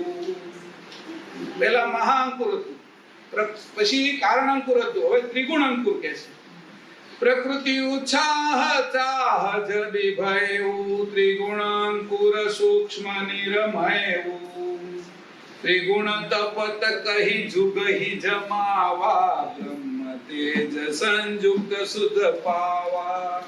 હવે ગણતરીમાં આવી ગયા જુગની. પેલી ગણતરીમાં નહોતા આવ્યા, હવે ગણતરી જુગ. જુગ એટલે યુગ, યુગની ગણતરી આવી ગઈ. ગણતરી શરૂ થઈ ગઈ આંકડામાં. પ્રકૃતિ ઉત્સાહ ચાહજ વિભયુ ત્રિગુણાંકુર સૂક્ષ્મ નિરમયુ. ત્રિગુણ તપત કહી જુગહી જમાવા બ્રહ્મ તેજ સંયુક્ત શુદ્ધ પાવા. બ્રહ્મ તેજ સંયુક્ત શુદ્ધ પાવા. પ્રકૃતિ ઉત્સાહ ચાહજ વિભયુ. પ્રકૃતિની અંદર ઉત્સાહ ઉત્પન્ન થયો, ચાહના ઉત્પન્ન થઈ. ચાહનાની અંદરથી છે એ ત્રિગુણાંકુર ઉત્પન્ન થયા. હજી ત્યારે આ ગુંદ માર્ગ શરૂ નહોતો થયો આપણો. આજે ઘાટ શરૂ છે ને, એની પહેલા નાદ માર્ગ હતો. ગુંદ પહેલા, એની પહેલા તેજ માર્ગ હતો. આ વાત તેજ માર્ગની કરે છે. આજે આ નિરંજનમાંથી આદ્ય શક્તિ ઉત્પન્ન થઈ, હેજ માર્ગથી. અને આ જ્યોતિનારાયણમાંથી નિરંજન પુરુષ ઉત્પન્ન થયા બ્રહ્મમાંથી, એ ઓજના માર્ગથી ઉત્પન્ન થયા. આટલા માર્ગથી સૃષ્ટિની શરૂઆત થઈ. ઓજમાંથી હેજ થયું, ઓજમાંથી નિરંજન પુરુષ ઉત્પન્ન થયા, નિરંજનના હેજમાંથી આદ્ય શક્તિ ઉત્પન્ન થઈ. અને આ બંનેના સંસર્ગથી તેજમાંથી 3 ગુણ ઉત્પન્ન થયા. કોણ? પ્રોટોન, ઇલેક્ટ્રોન અને ન્યુટ્રોન. બ્રહ્મા, વિષ્ણુ, શંકર. એ ત્રિગુણ અંકુર, 3 ગુણના અંકુર ઉત્પન્ન થયા. હવે એનો કાળ છે એટલો કાળ, યુગ. એટલો કાળ, કેટલા યુગ અહીં કીધું છે. ત્રિગુણ તપત કહી જુગહી જમાવા.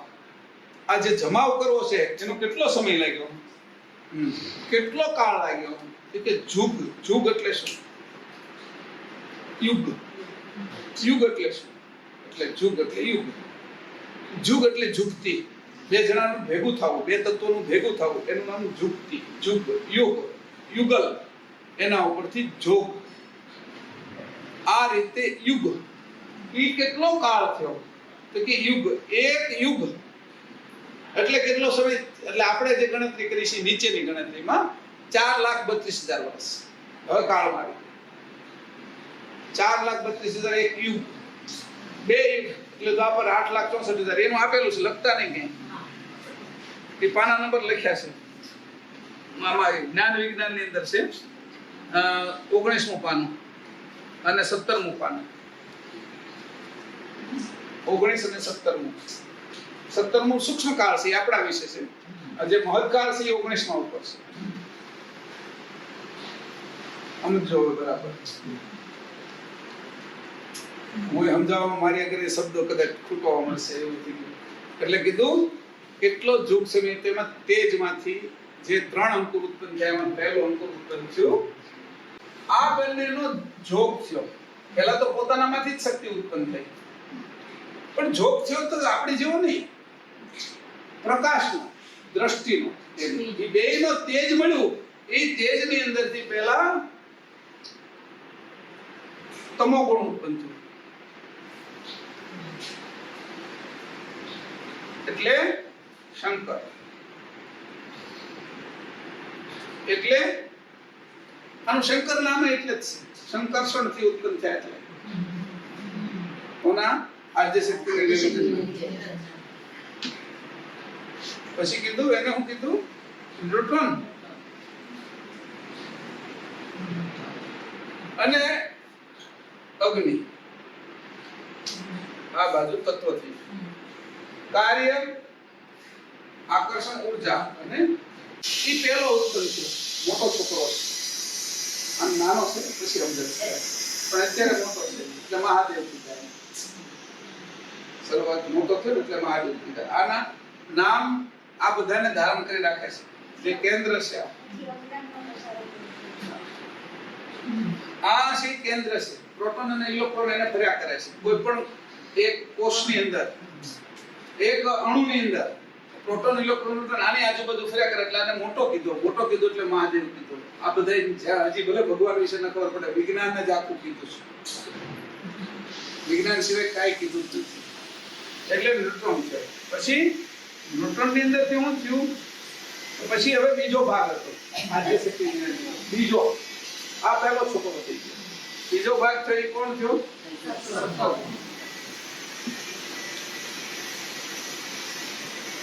ઈ કેમ થયું? આ તમો ગુણ વધારે તપી ગયો એટલે જળનો ભાગ ઉપર આવી ગયો. જળ એને બુજાવવા માટે, એટલે એમાંથી સત્વ ગુણ જળ રૂપે ઉત્પન્ન થયો. એટલે એ વિષ્ણુ થયા. બરાબર? આ વિષ્ણુ. આ લોકો આને વિષ્ણુ હોતી કહે છે. બીજનો અણુ વચ્ચેનો. હજી આ રીતે પણ થશે વિષ્ણુ. એટલે જે શંકર અને જે બ્રહ્મા ઉત્પન્ન થાય એની વચ્ચેનો. બરાબર? બીજ વિષ્ણુ વચ્ચેનો અણુ. બરાબર? એવી રીતે પણ આ બધા શબ્દો છે એની અંદર એક પ્રકારની સમજ તો મૂકેલી જ છે. એટલે એ ઉત્પન્ન છે. આ જળ તત્વ છે. બરાબર?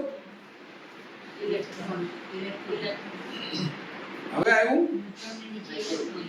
વિષ્ણુ સાથે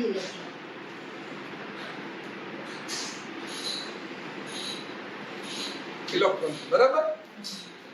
હવે કોણ આવશે? રજુ.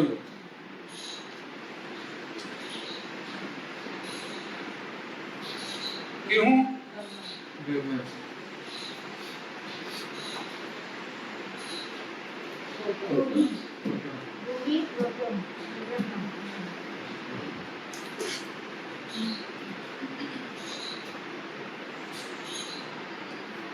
આ થઈ ભૂમિ.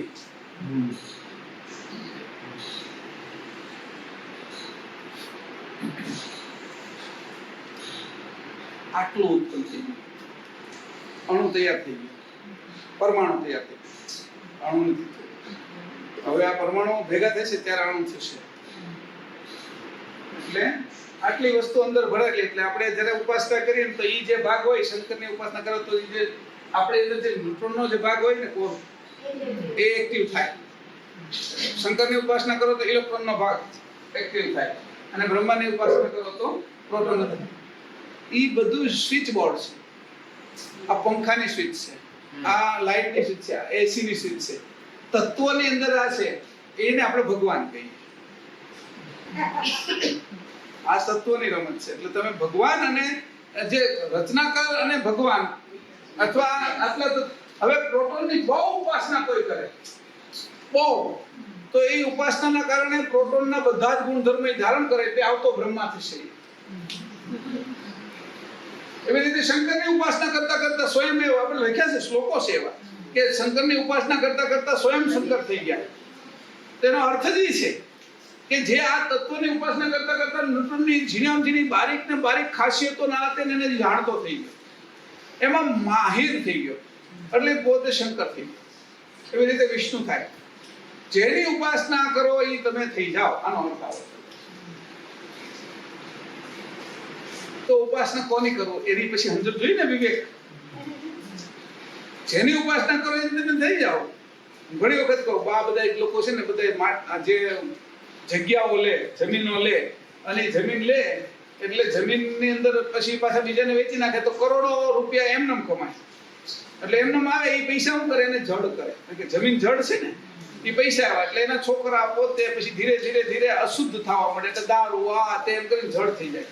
એટલે છેલ્લે મરે જ જમીન થઈ જાય. શુદ્ધતા તો વહી ગઈ, જે ઉપાસના એની કરી જમીનના કારણે, એટલે મરે ત્યારે એ ધરતી થઈ જાય. એની જાણ ધરતી સાથે ભળે. તો આપણે કોને યારે ભળવું? બને કીધું કરવાનું.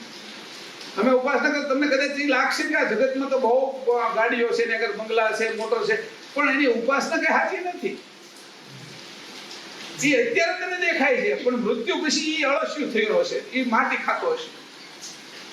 માટીનું ભક્ષણ કોણ કરે? જે અત્યારથી વિચાર આ મનુષ્ય લોકમાં જેનો વિચાર કરશે એ બાજુની ઉપાસના કરતા એ થઈ જશે. અળસિયું હંમેશા માટી ખાય એટલે એ બેશુદ્ધ હોય, એને શુદ્ધિ જ હોય નહીં કાંઈ. એમ આ પછી ધીરે ધીરે જેના જમીનોની અંદરથી જે પૈસા કમાય છે એ લોકો બધા જ ધીરે ધીરે બેશુદ્ધ થતા જાય, એટલે એને લત લાગી જાય. દારૂ આ તે બધે જોજો. સાત્વિકતા એમાં બહુ રહેતી નથી. ધીરે ધીરે કરતા બીજી પેઢીમાં તો સાફ થઈ જ ગયું. અને એ મૃત્યુ પામે એટલે ભૂમિ સાથે એનું બંધારણ થઈ ગયું. આ જમીન લઈ લો, આમ કરી લો, આમ કરી લો, એટલે વિચાર એ જ હાલતા હોય. અને છેલ્લે મૃત્યુ થાય ત્યારે એ જમીન લે પણ અળસ્યું થઈ એટલે અળસ્યું થઈ જાય. એમ આપણે બ્રહ્મા પણ થઈએ કે વિષ્ણુ થઈએ કે શંકરે થઈએ કે આદિ શક્તિ થઈએ કે નિરંજને થઈએ કે પણ થાવું છે હું. મારી સમજ તો હોવી જોઈએ ને, વિવેક તો હોવો જોઈએ ને મારે કે હું ચેતન અને જળ થોડો થઈ જાઉં. પહેલી વાત હું પોતે ચેતન, આ જડ શરીરને ચલાવવું એ હું પોતે. આ 80 કિલોનું જડ શરીર અને એને હું ચલાવું એ હું, અને હું એ જાઉં તો આ શરીરનું કોઈનો કઈ કિંમત નથી. પાડી દે 4 જણા ઉચકી પડે, એમ્બ્યુલન્સ બોલાવી, સબવાહિની બોલાવવી પડે, ઉંચકવા હાટ. તો એ જે શરીરને લઈને હું વજન વગરનો છું, હું છું અને હું આને લઈને ફરું, તો મારી ઉપાસના કેવી હોવી જોઈએ? જડ શરીરની હોવી જોઈએ. એ તો સમજ છે મારી ઉપાસના તો ચેતન શુદ્ધ સમજ છે. હું ચેતન છું અને ચેતનની ઉપાસના મારી હોવી જોઈએ. અને ચેતનની ઉપાસના જડની ઉપાસના જેવી હોય જ નહીં. પહેલા વાત સમજી લીધી. ચેતનની ઉપાસના જડની ઉપાસના જેવી હોય જ નહીં, કારણ કે એથી જુદી જ હોય. એટલે આ રીતે કીધું એટલું તૈયાર થઈ ગયું. હવે એની અંદર એ કે આકાશ, વાયુ, અગ્નિ, જળ અને પૃથ્વી આ તૈયાર થઈ ગયા. એ જ આપણે છીએ બધા. અત્યારે આજે શરીર રૂપે દેખાય. જો હું શરીર માની લઉં, મને દેહ માની લઉં, તો હું શરીર છું. આ શરીર થઈ ગયું. અને છેલ્લે આ ભૂમિ તત્વમાં સ્થૂળ દેહ થઈ જાય. સ્થૂળ દેહને હું સમજુ. તો સપનામાં ગયો ત્યારે સૂક્ષ્મ દેહ, એ જળ તત્વ એ સપનું છે.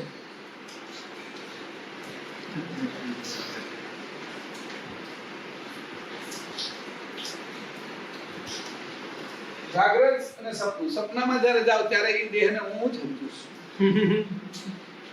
તો સપનામાં તમે જે સમજો છો દેહ, એ તો અત્યારે તમે જાગ્રત છો તો એને હું કેમ તમે સમજો છો? સાધન છે એમ સમજો ને તો ઉપયોગ સારો કરી શકશો. હું શું એમ સમજો ને તો મોહ થઈ જશે, એટલે ઘરમાંથી બહાર જવાનું મન જ નહીં થાય. એટલે જાગૃતિમાં જઈ જ નહીં શકો. ઘર છોડવું છે તો એ ત્યાં તો ઓલો તો ઈચ્છાથી જાય છે બહાર અને ઈચ્છાથી આવે છે. મેં કીધું ને જાગ્રતમાં જવાનું ને, જાગ્રતમાં ઈચ્છાથી જ્યાં જાવું ત્યાં જાય પૂછીને. આને તો ઓલા યમના જે છે ને યમદૂતો એ બાંધીને લઈ જાય કે જડ શરીર. તું જયારે જાગ્રતમાં હતો ત્યારે જડ શરીરે શો તો તું શરીર હું કામ સમજે છો? સાધન છે સમજ ને. તો સારો ઉપયોગ કર ને. ચપ્પલ ને ક્યાં તું ચપ્પલ સમજે, કપડા ને ક્યાં તું કપડા તું શું સમજે છે, ઘડિયાળ ને ક્યાં તું આખો દી હારો ધારણ કરે છે. ઘરના ઘણા એવા છે કે એને હું કાઢતો જ નથી, તો એને હું ક્યાં સમજુ છું. તો એવી રીતે સમજ ને આને પણ કે તું આ નથી, હવે તો એનો ઉપયોગ કર સારી રીતે. આ બધા તત્વો તને સારા ઉપયોગ કરતા આવડશે. જે ઓલો એમાં ફસાઈ ગયેલો છે એનો ઉપયોગ કરતા નથી આવડતો, નથી ફસાયેલો. એક સી જેલની અંદર છે 500 કેદીઓ હોય અને એક જેલર છે, જે જેલમાં જ છે. તો બેનો વચ્ચેનો ફરક શું? 500 કેદીઓને જે આ ખાવા આપે એ ખાવાનું, આ પૂરી દે ત્યારે પૂરવાનું, આ જ્યારે એમ કે જો આ કામ કરો તે કરવાનું, ઈ મારે તો માર હોતી ખાવાનું. જેલરને જે ખાવું એ બહારથી મગાવીએ પોતાની રીતે. જેલરને આવવાનું જવાનું બધું પોતાના હાથમાં, કેદીઓને નહીં. આપણે કેદી બનવું છે કે જેલર બનવું છે? એટલે આપણે જયારે આ ઘરમાં આ જેલ છે મોટી જબર, એના જેલર આપણે કેદી ન બનાય, એના આપણે જેલર બનાય. એટલે આનો સારામાં સારો ઉપયોગ આ ઘાટનો કરી શકીએ. હવે ખબર પડશે તમને આ ઘાટનો ઉપયોગ કેમ કરો, એનો વિષય આવતો ક્લાસ આપણે લેવો છે. આ ઘાટનો સારામાં સારો ઉપયોગ કેમ થાય એની તમને ખબર પડી જશે. એના માટે એટલી બધી તૈયારી કરી છે માએ અને માસીએ કે બધા જ તત્વોના બધા જ વિભાગો એકદમ સરસ રીતે લખી નાખ્યા છે. એટલે અહીંથી આ શરૂ થયું કે સપના. હવે પછી આને સાથે તેના શરીરોના તેની બધી વાતો હું પછી ના ક્લાસમાં સમજાવીશ. પણ સમજી લો કે આ 5 તત્વો તૈયાર થઈ ગયા, આટલો સમય થયો. હવે આગળનું કામ એ શું કરે છે એની ચોપાઈ મેં વાંચી હતી. આ 3 અંકુર ઉત્પન્ન કર્યા ગુણના. હવે આ 8મી ચોપાઈ ફરીથી વાંચું છું. પછી સ્થૂળ શરીર કેમ બને છે પંચભૂતનું, એની વાત અહીંથી શરૂ થશે. અને સ્થૂળ શરીર ઉપર જ આપણે આજે આખો દિવસ કાઢવાનું છે. એટલે ભૂત ઉપર 5 ભૂત. પ્રકૃતિ ઉચ્ચાહ ચાહ જવિભયુ ત્રિગુણ અંકુર સૂક્ષ્મ નિરમયુ ત્રિગુણ તપત જુગહી જમાવા બ્રહ્મ તેજ સંયુક્ત શુદ્ધ પાવા બ્રહ્મ તેજ સંયુક્ત શુદ્ધ પાવા. ત્રિગુણનો જમાવ કર્યો, દહીં મેળવ્યું. અડધો કલાક પછી આંગળી નાખો તો કઈ મળી ન જાય, તો એનો સમય લાગ્યો. એટલે સવાર પડી, એટલો કાળ લાગ્યો. એ કાળ લાગ્યો એની અંદર આ 3 અંકુરનો જમાવ કર્યો. એટલે દહીં જામી ગયું સવારે. પણ તમે છાશ નાખીને તરત આંગળી બોલી કે આ દહીં જામી ગયું, ચમચી નાખીને કે ખોદો આવે નહીં. એટલે એને કાળ કીધો. કાળની અંદર બધી જ શરૂઆત થઈ ગઈ છે. એટલે કીધું કે આ રીતે જમાવ કર્યો. કોનો? આ 3નો, પ્રોટોન ઇલેક્ટ્રોન ન્યુટ્રોન, એને જમાવી દીધા તેજથી. ઘણી વખત છે એ આ મેળવણથી જમાવ્યું. જમાવવાની પણ જુદી જુદી જગ્યા હોય. આ લોકો છે એ ઘણી વખત છે એ સોનું જમાવતા હોય, ઘરેણાને પીગાળી અને એની પેલું કરે. તો આપણે છે એ લોટ છે એને જે હોણી તો એને લોટ બાંધી તો એને જમાવીએ છીએ કણોને. એવી રીતે આને જમાવ્યા, પ્રકાશને જમાવ્યો છે. આ 3 છે એ પ્રકાશ રૂપે છે. પ્રકાશનો જમાવ કર્યો. પ્રકાશને જમાવ. આપણે ઓલું પાણી દૂધને જમાવ્યું, લોટને જમાવીએ છીએ. આ પ્રકાશને જમાવીને 3 પ્રોટોન ઇલેક્ટ્રોન ન્યુટ્રોન 3 કર્યા. બ્રહ્મા વિષ્ણુ શંકર કર્યા. એની અંદર આ 3 છે 3માં આ 3 છે ગતિવાળા છે, આ 2 છે ગતિ નથી. એટલે વાયુ, અગ્નિ અને જળ એ ગતિવાળા છે. એટલે એની અંદરથી પ્રકૃતિ શરૂ થશે. વાયુની અંદરથી વાત થશે, અગ્નિમાંથી પિત્ત થશે અને જળમાંથી કફ થશે. એટલે હવે આ આયુર્વેદિક જ્ઞાન હોતી શરૂ થઈ જાય. શરીરમાં આ 3 વસ્તુ, દવાઓ ના બધું અહીંથી શરૂ થઈ જશે. આ 3ને જમાવ્યા. આ 2 ગતિ વગરના છે, એને આપણે દેખાડશું પછી. તો એવી રીતે કરીને 3 અંકુર એની જમાવી દીધા. જમાવ્યા. હજી તો એ સ્થૂળ નથી થયા, પ્રકાશ જમાવ્યો છે. પછી 9મી ચોપાઈ છે. ભઈચ્છ સચેત સુગમ ગતિ ચાહી સ્થૂલ અંકુર અનુકૂલ ઉપજાઈ તપે બહુ કાલ તત્વ પંચભૂતા બ્રહ્મ વાસ તેજુપકે મજભૂતા. હવે મજબૂત કરવું છે. મજબૂતાઈ ક્યાંથી લાવશું? તો કે સ્થૂળ અંકુર કરવાના છે. અંકુરના જો પ્રકાર મહાઅંકુર, પછી કારણ અંકુર, પછી ત્રિગુણ અંકુર અને સ્થૂળ અંકુર. જો એની જે એના ગુણ છે એ પ્રમાણે ઉત્પન્ન કર્યા. ભય શુદ્ધ સચેત સુગમ ગતિ ચાહી થુલ અંકુર અનુકૂલ ઉપજાઈ તપે બહુ કાલ તત્વ પંચભૂતા બ્રહ્મ ભાસ તેજુપકે મજભૂતા બ્રહ્મ ભાસ તેજુપકે મજભૂતા. બ્રહ્મની વાત નથી કરી, બ્રહ્મનો ભાસ જે આવ્યો છે એની વાત કરી છે. એમાંથી મજબૂત રીતે આ ત્રણ પાક્યા છે, પકવવાના છે ને. બ્રહ્મનો ભાસ એટલે કોણ? આદ્ય શક્તિ. આ નિરંજન ઈ બ્રહ્મના ભાસમાંથી ઉત્પન્ન થયા, બ્રહ્મમાંથી નહીં, બ્રહ્મમાંથી જ્યોતિનારાયણ ઉત્પન્ન થયા છે. ભાસ, હું પોતે ઊભો છું અહીંયા, ઈ હું પોતે છું, અરીસામાં હું દેખાવ છું, ઈ ભાસ. આજે આ બોર્ડર થઈ ગઈ બ્રહ્માંડ, એની અંદર જે જે કાંઈ ઉત્પન્ન થાય છે એ બધું ભાસ છે. આપણે અહીં બેઠા છીએ એ ભાસ જ છે, ભાસ જ છે, આપણું સાચું સ્વરૂપ નથી. આ તો સપનામાં જાય એને આપણે સાચું જ માનીએ છીએ. ત્યાં એનું વાહે પડે તો ભાગવા મળીએ છીએ, ત્યાં ઉપર ક્યારેક ઉડતા હોય તો એ પડી ગયા એવો પણ કે ના સાચું જ માનીએ છીએ, એ ભાસ જ છે. તો આ ભાસ કે ભાસ, પણ છતાં આને સમજવા માટે આ જાગ્રત અવસ્થા છે ને સર્વશ્રેષ્ઠ છે. એટલે ભાસમાં પણ ઉત્તમ વસ્તુ તો છે જ. આપણે આટલી ઉત્તમ વસ્તુ છે એની અંદર હું આ બેહીને સમજી શકું છું. હું જ્યારે પ્રકાશના રૂપે તેજના રૂપે હોઉં તો કેવી રીતે સમજી શકું? એટલે મારી અંદર ભાસ પણ કેટલો સરસ આપ્યો છે મને. મનુષ્યને આ સગવડતા છે, પશુ પક્ષીને સગવડતા છે, પણ બુદ્ધિ નથી એવી. સપના અવસ્થા છે, આપણી જાગ્રત અવસ્થા છે. તો કીધું તપે બહુકાલ તત્વ પંચભૂત, આ પાંચે તત્વો બહુ કાળ સુધી તપ્યા. અને એ બહુ કાળ સુધી તપ્યા, એ સ્થૂળ અંકુર તૈયાર કર્યું. સ્થૂળ અંકુર છે આજે અત્યારે આંબામાં, પીપળામાં, મનુષ્યમાં, ગાયમાં, ભેંસમાં જે કઈ આપણે અંકુર દેખાય સ્થૂળ અંકુર છે. ઈ તૈયાર કર્યું છે, સ્થૂળ અંકુર રીતે તૈયાર કર્યું છે. બ્રહ્મભાસ તેજુ પકે મજબૂત, બ્રહ્મના ભાસથી મજબૂત રીતે પાક્યા છે. અને આ મજબૂત થયા છે, પાક્યા એવા છે અને મજબૂત થયા છે. આ રીતે થયું એટલે હું થયું 10મી ચોપાઈ. ચતુર પ્રકાર વિભૂતિ વિદ્યાની ભય પરિપૂર્ણ હિરણ્ય ગર્ભ ભવાની નિજ અંકુર નિરંજન વિભુપુરે તપો તપ ચતુર તંત્યો સ્ફુરે. ચતુર પ્રકાર વિભૂતિ વિદ્યાની ભય પરિપૂર્ણ હિરણ્ય ગર્ભ ભવાની નિજ અંકુર નિરંજન વિભુપુરે તપો તપ ચતુર તંત્યો સ્ફુરે. તપો તપ ચતુર તંત્યો સ્ફુરે. આ નિરંજન બીજ અંકુર આપે છે. એ પુરુષ છે, એ પોતાનું વ્રજ બીજ જે અંકુર છે એ આપે છે. અને જે ભવાની છે એ એનો ગર્ભ રહે છે, એટલે હિરણ્ય ગર્ભ થાય છે. એ હિરણ્ય ગર્ભ થઈ છે એ પરિપૂર્ણ થાય છે જ્યારે એનો સમય પૂરો થાય પાકવાનો. આપણો 9 મહિના પાકવાનો થાય, તો આનો સમય બહુ લાંબો હોય છે. તો એ પાકે છે ત્યારે એ તપની અંદર તપીને ચતુર તંત્યો સ્ફુરે. પોતે આ આદ્ય શક્તિની ભવાની થાય છે, મહામાયા. એક પોતાનું શરીર, બીજું શંકરનું, વિષ્ણુનું અને આ બ્રહ્માનું. એટલે 4 આ શરીરો તૈયાર થાય છે.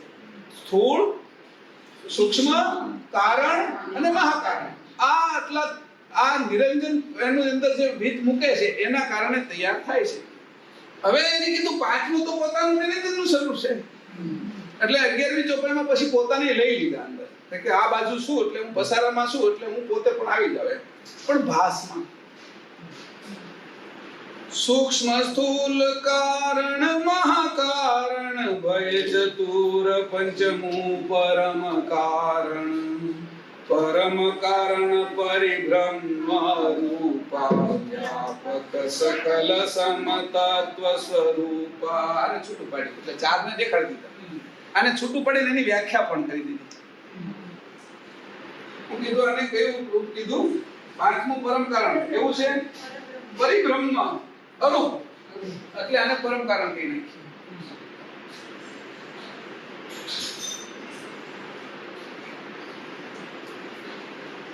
પણ આ દેહ જેવી આની વ્યાખ્યા નહીં કરવાની, વ્યાખ્યા આની ઉપરામ રાખવાની, ચતુરની સાથે કરવાની. કારણ કે પસારાની અંદર જડ થયું છે, આ છે ઈ કેન્દ્ર છે, નિરંજન જ્યોતિનારાયણ સુધી આ જઈ શકે એવો છે. એ કારણ કે નિરંજન છે અંજન વગરનો છે, માયા વગરનું છે એનું શરીર. એટલે એને કીધું કે સૂક્ષ્મ સ્થૂળ કારણ આ પાંચમું પરમ પરિબ્રહ્મ અરૂપ છે. પરિબ્રહ્મ અને અરૂપ છે. આકાશ આપણે પકડી નથી શકતા. વાયુને હજી ભરી શકો તમે, વાયુનો છે તમે ફુગ્ગો ભરી શકો, ગેસ બાટલો ભરી શકો, ઓક્સિજનનો બાટલો ભરી શકો, વાયુને પકડી શકો છો. કારણ કે વાયુ સુધી પકડ છે, પણ આકાશને તમે પકડવું હોય તો પકડાય નહીં. બાટલો બંધ કરી દો તો આકાશ જ રહેશે. અવકાશ છે એને તમે ફેરી લઈ ગયા, તમે વાયુને ફેરી લઈ જાઓ છો. કે એલપીજી નો બાટલો હું ગેસની જે એજન્સી છે ત્યાંથી ઘરે લાવી, ઓક્સિજનની જે ફેક્ટરી છે ત્યાંથી હું દવાખાનામાં ઓક્સિજનનો બાટલો લાવી, પણ આકાશને હું ફેરવી નથી શકતો. એટલે એને કીધું કે અરૂપા છે, આકાશ તત્વ અરૂપા છે. કે આ કેવી રીતે પરમ કારણ પરિબ્રહ્મ અરૂપા, પરિબ્રહ્મ એ પરિબ્રહ્મ છે. આ બ્રહ્મ છે એ અંદર આવી ગયો છે, એટલે એટલામાં ભાગની અંદર ગતિમાં બ્રહ્મ છે એ ભાસ રૂપે છે. વ્યાપક સકલ સમ તત્વ સ્વરૂપા, એ બધા જ તત્વોની આ ચારેયની અંદર એનું વ્યાપકતા તો ભરેલી છે. નિરંજનની આકર્ષણની વ્યાપકતા તો બધામાં ભરેલી છે. જો આ નિરંજનનું આકર્ષણ તત્વ ખેંચી લેતા બધા મળી જાય, એની અંદર કઈ સત્વ જેવું રહે નહીં. એટલે વ્યાપક રીતે સમતત્વ સમાન રીતે બધામાં ભરેલું છે આકાશ. મારા મોઢામાં છે, કાનમાં છે, નાકની અંદર છે, મારા ઓરડામાં છે, આ જે ગ્લાસ છે એની અંદર સમ રીતે છે બધા. એને કઈ જુદું નથી. પણ જે ગેસ છે એ બધામાં જુદો છે, બધા અંગોમાં ગેસ જુદો છે. અપાન વાયુ, પ્રાણ વાયુ, ઉદાન વાયુ બધા જુદા છે, પણ ઓલું સમ રૂપે છે. એટલે આને છે એ પરમ કારણ દે એને બહુ ઊંચો લઈ લીધો. તત્વનો છે તોય હો, હજી આની બહારમાં તો હું તમને પછી કદાચ સમજાવીશ, એનો તો વારો અત્યારે નહીં આવવાનો. હવે આ છે એ મહાકારણ. પરમ માંથી શું થયું?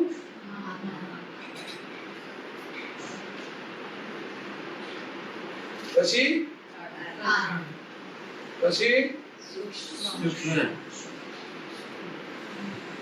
હવે એવી મોકટ થઈ ગઈ છે કે ભૂલાયું ને રાતે ઉભા કરી બોલાવે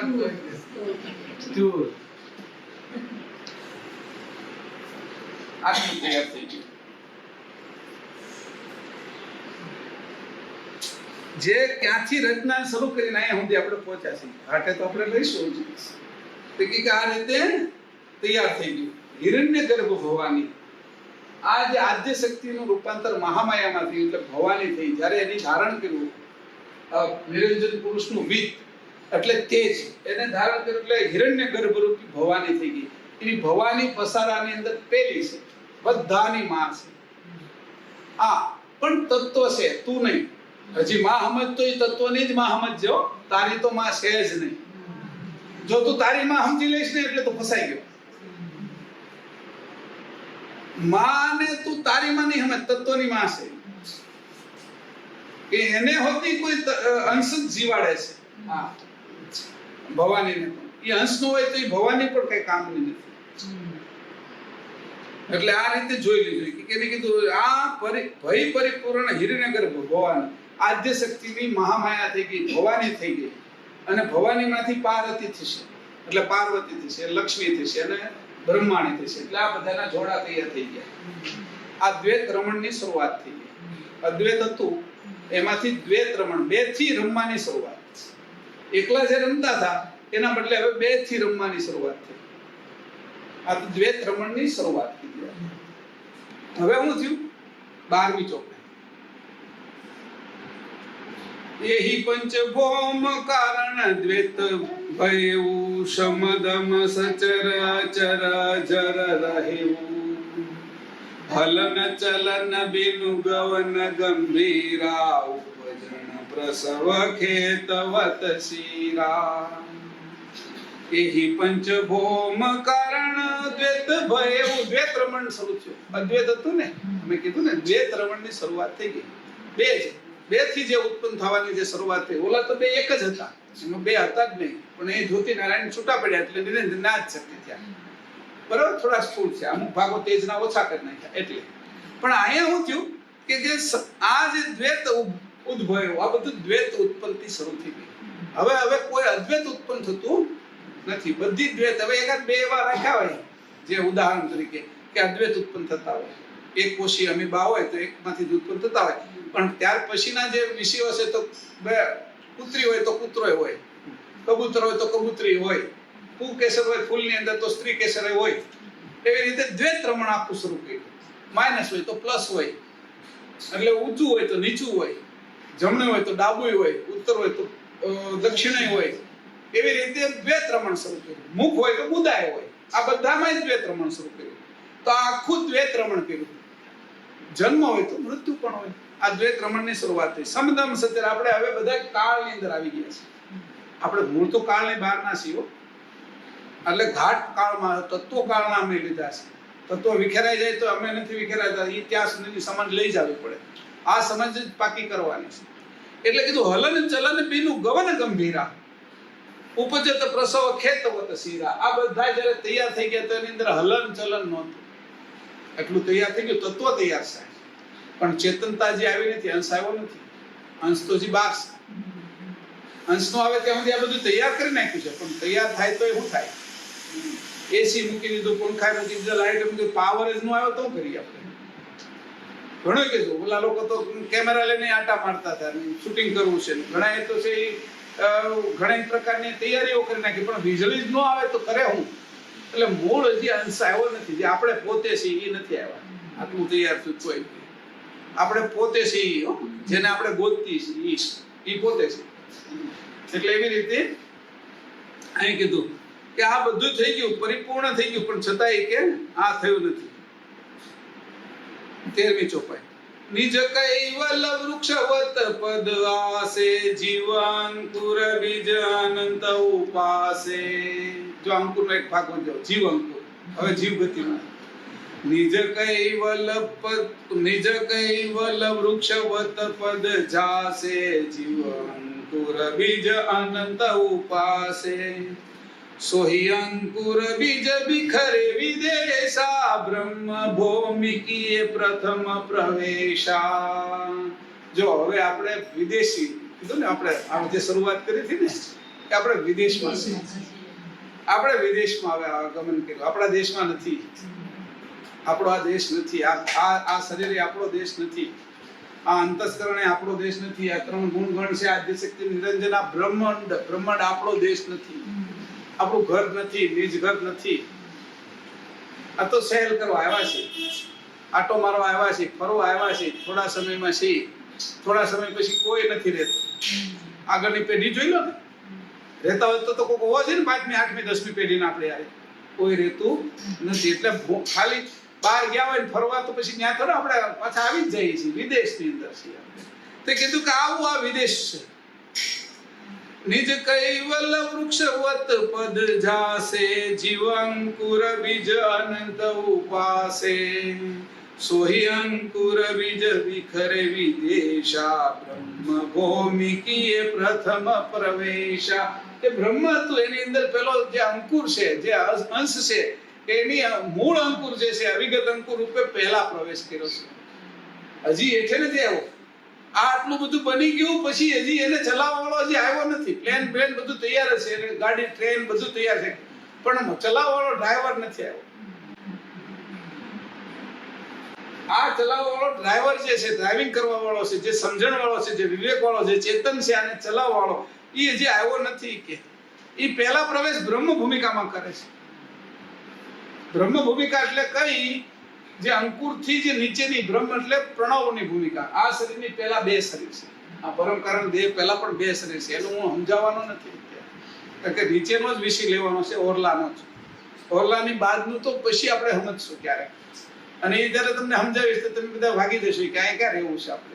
આપણે જોયું જ જવું છે, કેવલધામ જ જવું છે. અહીંયા રહેવામાં પ્રીત જ નહીં લાગે, પ્રીત જ લાગશે નહીં. તમને આમાં આનંદ જ નહીં આવે. તમને એમ લાગે કે બહુ હારા અમારા મિષ્ટાન ખાવ છો તે તમને નજર દેખાશે કે આ તો બધું મળ જ થાય છે, અને મળમાંથી જ થયેલું છે ક્રમશઃ. એટલે બધેથી મોહ ઉતરી જશે. એટલે એ છેલ્લે આપણે કરશું. અત્યારે તો આ તત્વની સામગ્રી સમજાવું છું કે આવી રીતે પહેલા બ્રહ્મ ભૂમિકાની અંદર પ્રવેશ કર્યો. હવે 14મી ચોપાઈ. નિજ બીજાંશ સંચ બિનુ શેષુ, પ્રણવ તંત બ્રહ્મ હિ સે ભય વેશુ. પ્રણવદેહ બન્યો. એનો અંકુરમાંથી જે નીચે વિગતમાંથી માસી તો એ પ્રણવદેહ બન્યો ઉપરનો. આજે આની પરોપકાર દેહની ઉપરનો પ્રણવદેહ બન્યો. શ્વાસનો પ્રાણનો ઈ દેહ બન્યો છે. પણ આવો શ્વાસ નહીં. જે માના ઉદરમાં જે નાડીથી જે શ્વાસ લીધો ને એનો. નાક ત્યારે આપણે શરૂ નહોતું, નાક બંધ હતું. જન્મ થયો પછી નાકથી શ્વાસ લેતા શીખ્યા છે, પણ પહેલા તો નાભીથી શ્વાસ લેતા હતા. એ નાભીનો જે શ્વાસ છે એને પ્રણવદેહ કહેવાય. કેવો? જે શરીરમાં આવી ગયો એને નહીં, નાળની અંદર જે વચ્ચે છે એ બાળકના શરીરમાં આવ્યો એને નહીં, જે નાળમાં છે એને પ્રણવદેહ કહેવાય. અને માની નાભીની જે બહાર છે એને મહદ અવિગત અંકુરનો દેહ કહેવાય. પછી જ્યારે જન્મ થાય પછી આ બધા દેહો અંદર આવશે. સમજાણ? એટલે કીધું નિજ નિજ બીજ અંશ સંચ બિનુ શેષુ પ્રણવ તંત બ્રહ્મ હિસે ભયવેશુ પ્રણવ તંત બ્રહ્મ હિસે જબ લયેવું ફેરી નિરંજન ભોમ મે ઘર કીવું. પછી જે ઓલું જે હતું બ્રહ્મથી તેજ પ્રણવનો જે દેહ હતો એની ફરીથી નિરંજન ધામમાં આવ્યો એટલે પરોપકારનો દેહ લીધો કે ભોમ ઘર કીવું. પછી એમાં એની ઘર બન્યું. નિજ બીજ અંશ સંચ બિનુ શેષુ પ્રણવ તંત બ્રહ્મ હિસે ભયવેશુ પ્રણવ તંત બ્રહ્મ હિસે જબ લહેવું ફેરી નિરંજન ભોમ મે ઘર કીવું ફેરી નિરંજન ભોમ મે ઘર કીવું. ગત આકાશ તત્વની અંદર આવી ગયા. અવિગત આકાશમાંથી નીચે ઉતર્યું કે તમે હવે કે ક્યાં છો? તે કે હમણાં પ્લેન લેન્ડિંગ કર્યું છે. આપણો ફોન કર્યો ક્યાં આપો ગયા? એ કે બસ હમણાં જસ્ટ ઉતર્યું જ છે. કે તે તો ફોન શરૂ કરવાનું કીધું એટલે તરત લાગી ગયો કે અમે અત્યારે એરપોર્ટ મુંબઈ એરપોર્ટની અંદર પ્લેનમાં જ બેઠો છું અને હજી રનવે ઉપર ધીમે ધીમે આવી ગઈ છે એટલે લેન્ડિંગ કર્યું છે અત્યારે. અંદર ફોન આવ્યો એટલે કહી દીધું કે અહીં છીએ એટલે ઉતરી ગયું છે આપણું પ્લેન. હવે આ દ્વૈત રમણમાં આવી ગયા છે કે બ્રહ્મ વેશ કે એવું કે ફેરી નિરંજન ભૂમે ઘર કહ્યું. આવી રીતે મેં મારું ઘર પહેલું અહીંયા બનાવ્યું, પણ આ મૂળ ઘર નથી, નિજ ઘર નથી, આપણું પોતાનું ઘર નથી. આપણા પોતાના ઘરની અંદર જે સુખ શાંતિ આનંદ હોય ને એ ક્યારેય ગમે એટલું ફરો નહીં, ગમે એટલી 7 સ્ટાર હોટલમાં કેટલી સગવડતા હોય ને તો એ 15 દી મહિનો રહ્યો ને ત્યાં પૈસા ખૂટી જાય, કાં છે એ આપણો આનંદ ખૂટી જાય. આનંદ લેવાની હદ હોય આપણે, વધારાનો આનંદ આપણે લઈ પણ નથી શકતા. માપના આનંદની આપણે ટેવ છે. લાડવા બહુ ભાવતા હોય કે કેરી રસ બહુ ભાવતો હોય તો કે તમે 10 કિલો કેરી રસ પી ન શકો. માપના આનંદની ટેવ છે આપણે. એટલે જે અમાપ આનંદ છે એ આપણે આ દ્વારા નથી લઈ શકતા, એ આપણે અંશે લઈ છીએ. એ આપણા નિજ ઘરનો આનંદ, અમાપ માપ વગરનો આનંદ છે કર્તાની અંદર. એ નિજ ઘરમાં છે. બાકી 5 સ્ટાર હોટલમાં જાઓ, બીજાના ઘરે જાઓ, ગમે ત્યાં જાઓ, ત્યાં આનંદ નથી. એ આ બાજુનો આનંદ છે, માપ વાળો છે. એ હુકાઈ જાય આનંદ રીતે, અને ક્યારેક આપણે કરમાઈ જાય તે આનંદ ન લઈ છે. કા એ હુકાઈ જાય ને આપણે કરમાઈ જાય એટલે મૃત્યુ થઈ જાય. આનંદ તો ઘણો હોય, આ બધું ખુશીથી બધું પડ્યું હોય, આનંદમાં જ હોય બધું, પણ આપણે અંદર જ તે સમય થઈ ગયો, કેન્સર થઈ ગયું, કંઈક બીજા રોગ થઈ ગયા અને મૃત્યુ સમય તો આ આનંદ પછી હું લઈએ? જેટલું સુખ હોય એટલે કા આપણે આનંદ છે એ મુરઝાઈ જાય છે, કા આપણે કરમાઈ જાય છે. એટલે બધું કાંઈ રહેતું નથી, કાયમિક નથી, કારણ કે ગતિ વાળું છે આ બધું. અને ગતિની અંદર ભાસ છે, ભાસની અંદર કાંઈ સાચો આનંદ હોય નહીં, માનવાનો છે. માનો એટલે આનંદ, ન માનો તો જે માનો એ શો. આ બધું માન્યતાનું છે. અહીંયા કોઈ માન્યતા નથી કરતા કહેવામાં, સત્ય છે. એટલે આપણે એને કઈ સત કહેવાય, કે સત છે ને એ જ કહેવાય છે એમ કહીએ છીએ. અને જે માન્યતાનું જે કાંઈ છે એ અસત છે. એટલે એમાં કઈ એમાં એને કઈ કહી ના શકીએ, અસત છે, ભાસ છે. ભાસમાં શું હોય? એટલે ભાસને આપણે ઊંઘની અંદર છે એ પીતા હોય કે રમત કરી. આપણે હમણાં અમારી દીકરી છે દિવ્યાંગની છોકરી, એ રોટલી બનાવે પછી કે દાદા ખાઓ ને, એટલે આપણે ખાવાની ખરી, નો ખાઈ તો લોચો પડે, એ રોવે કે દાદા રોટલી આપી દો, પણ રોટલી ક્યાં સાચી છે? એમ આપણે એવો જ ભાસ. એ ભલે નાનું છોકરું છે, આપણે આ જ કરીએ છીએ. એ વળી શાક બનાવીને લાવે છે, ઘડી કે મરચું લેશો દાદા, પેલું ટમેટું હોય તો એ મૂકે આ લઈશ એમ. આવો જ આપણું છે અત્યારે. આપણે સાચો આનંદ કઈ લઈ શકતા નથી. જે લઈ છે એ આપણે બાંધનારો આનંદ છે, ઓલામ જેમ અળસ્યો કરનારો. આ બાજુ બંધાઈ જાય છે, એ વાસના રહી જાય છે, એ વાસના કર્મ થઈ જાય છે. ફરીથી પાછા એ ભજીયા ખાવાની ભાવના હોય ને ત્યાં પાછા ભજીયા ખાવા આવી. એમાં કેટલું દુઃખ ભોગવ્યું.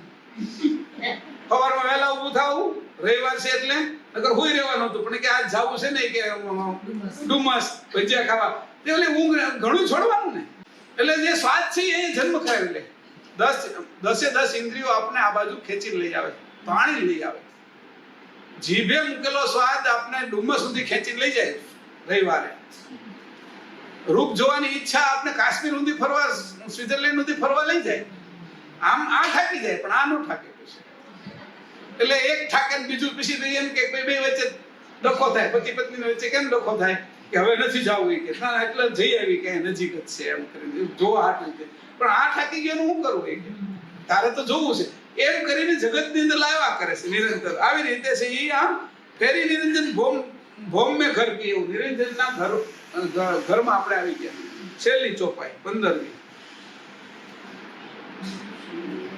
પુરુષ નિરંજન સ્વાધ્ય નરે હાપ કે તાહી બીજગ પ્રણવ તનુ દેહા બોહરુ નિરંજન સે અંશ ભય ભિન્ના તેજ તનુ નહુ સે લીના પુરુષ નિરંજન સ્વાધ્ય નરે સાપ કે તાહી બીજગ પ્રણવ તનુ દેહા બોહરુ નિરંજન સે અંશ ભય ભિન્ના કળ તેજ તનુ નહુ સે લીના અકળ તેજ તનુ નહુ સે લીના પુરુષ નિરંજન સો આદ્ય નરેશ આ કે આ આદ્ય નરેશ છે રાજા છે આથી રાજા આ બાજુ કોઈ મોટો નથી બ્રાઇડ નહીં નરેન્દ્રભાઈ નહીં સમજાણું ઇન્દ્ર નહીં બ્રહ્મા વિષ્ણુ શંકર નહીં આ બધાનો બાપ છે કે નિરંજન નો એક જે વાળ આવ્યો એનું નામ કૃષ્ણ એમાં લખ્યું છે મહાભારત જમણા પગનો વાળ કાઢીને એની નાખ્યો એમાંથી કૃષ્ણ બન્યા ડાબા પગનો વાળ કાઢીને નાખ્યો એની અંદરથી બલરામ બન્યા એવું લખ્યું છે વેદવ્યાસે અને મેં વાંચ્યું છે મહાભારતમાં તો આ નિરંજન આદ્ય નરેશ છે એના વાળમાંથી કૃષ્ણ બને રૂવાટીમાંથી આકર્ષણ છે ને એમાં એટલે કૃષ્ણ એટલે ખેંચવું એટલે કૃષ્ણ એને પછી કૃષ્ણ થયું બરાબર એ આકર્ષણ એક વાળમાંથી બને કૃષ્ણ આ નિરંજન આદ્ય નરેશ છે કે આની સિવાય કોઈ મોટું આ બાજુ દુનિયામાં કોઈ રાજા જ નથી કે ચક્રવર્તી સમ્રાટ છે આ બાજુના તાહી પકે બીજ પ્રણવતનો દેહ આજે પ્રણવનો દેહ પાછો અહીંયા પાક્યો આ બાજુ અને પાક્યો એટલે શું થયું ચાર્જિંગ થયું બેટરી ચાર્જ કરીને આપણે ફોનની એવી રીતે બહોરુ નિરંજન સે અંશ ભય ભિન્ન અકળ તેજ તેનું ઉન્હુ સે લીના આ બ્રહ્મ ભૂમિકામાં એ બેટરી ચાર્જ કરી ફોન છે એ ચાર્જ કર્યો અને અહીંથી પાક્યો બાકીને પછી નથી છૂટો પડ્યો હવે આપણે બજારમાં લઈ જઈએ કેમ છે ચાર્જ થઈ ગયો ને ફોન જ્યાં સુધી ચાર્જિંગ રહેશે ત્યાં સુધી નિરંજનમાંથી ચાર્જ નીચે આવ્યો છે ત્યાં સુધી આ બાજુ આપણે રહેશું ચાર્જિંગ મટી જશે એટલે બધું સ્ક્રીન ઉપરથી ગાયબ નહીં ફોન લાગે કે નહીં કોઈનો વોટ્સઅપ આવે કે નહીં ખોલીએ કોઈ કે તે એટલું કે અકળ તેજનું ઉન્હુ સે લીના અકળ તેજ એની અંદરથી ચાર્જિંગ કરીને એની લીધું પછી અહીં આવ્યો છે બહોરુ નિરંજન સે અંશ ભય ભિન્ન નિરંજનથી અંશ ભિન્ન થયો ત્યારે એટલું તમે પ્લગમાંથી ફોન કાઢી લીધો એટલે છૂટો પડ્યો ત્યાં સુધીમાં જેટલું તમારું ચાર્જિંગ થયું છે એટલો સમય ચાલશે આ નિરંજનમાંથી આપણું ચાર્જિંગ થયું છે ચાર દેહની અંદર આપણે રમણ કરવા માટેનું ચાર્જિંગ છે એનો ચાર્જિંગનો સમય મારે આગળ છે લખેલો એ તમને કહેતો નથી કેટલો સમય ચાર્જિંગ રહેશે કારણ કે મહાકારણ દેહ આ સ્થૂળ દેહ છે ને પૃથ્વી તત્વનો એ સ્થૂળ દેહનું 120 વર્ષનું આયુષ્ય છે આપણું પૃથ્વીનું આના કરતા 1000 ગણો સૂક્ષ્મ દેહનું આયુષ્ય છે 1000 ગણો એટલે એની વાહે એટલે કેટલા થાય એટલે કેટલા થાય 1,20,000 સૂક્ષ્મ દેહનું આયુષ્ય છે એનીથી કારણ દેહનું 1000 ગુણ છે એટલે એમાં 1003 મિનિટ પાછા વધારો 1,20,000 માં કેટલા છે એટલે 12 ની વાહે 7 મિનિટ એટલે કેટલા થાય ગણો તો જી એકમ દશક 100 1000 10,000 લાખ 10 લાખ કરોડ 10 કરોડ 12 કરોડ એટલે 12 કરોડ વર્ષ છે ઈ આ કારણ દેહનું આયુષ્ય આપણા આપણું પોતાનું સ્વતંત્ર છે આ એના કરતા 1000 ગણું આયુષ્ય વાયુ દેહ બરાબર એટલે એની માં બીજા મીટર વધારવા 12,000 કરોડ એટલે 10 હા 12,000 કરોડ બરાબર છે તો 3 મિનિટ લાગે 12,000 કરોડ વર્ષ સુધી આ ચાર્જિંગ હાલશે કેટલું આ તમે કેટલું ચાર્જિંગ કર્યું છે? આ બેટરી એવી છે કે 12,000 કરોડ સુધી આ ચાર્જિંગ આવે છે. એમાં સ્થૂળ દેહ કેટલા થાય, એની અંદર છે સૂક્ષ્મ દેહ કેટલા થાય, એમાં કારણ દેહ કેટલા થાય, મહાકારણ કેટલા, એટલું 12,000 કરોડ વર્ષનું આયુષ્ય છે. ઈ આ બેટરી ચાર્જ કરેલી છે આપણે. એટલે કીધું એ અકળ તેજનું ઊનું છે, આ તેજ લીધું છે, આ ચાર્જિંગ કરેલું છે. ઈ ત્યાંથી આપણે લીધું છે. આ ચાર દેહની અંદર, ચતુર્દેહની અંદર આ બધું કામ કરશે.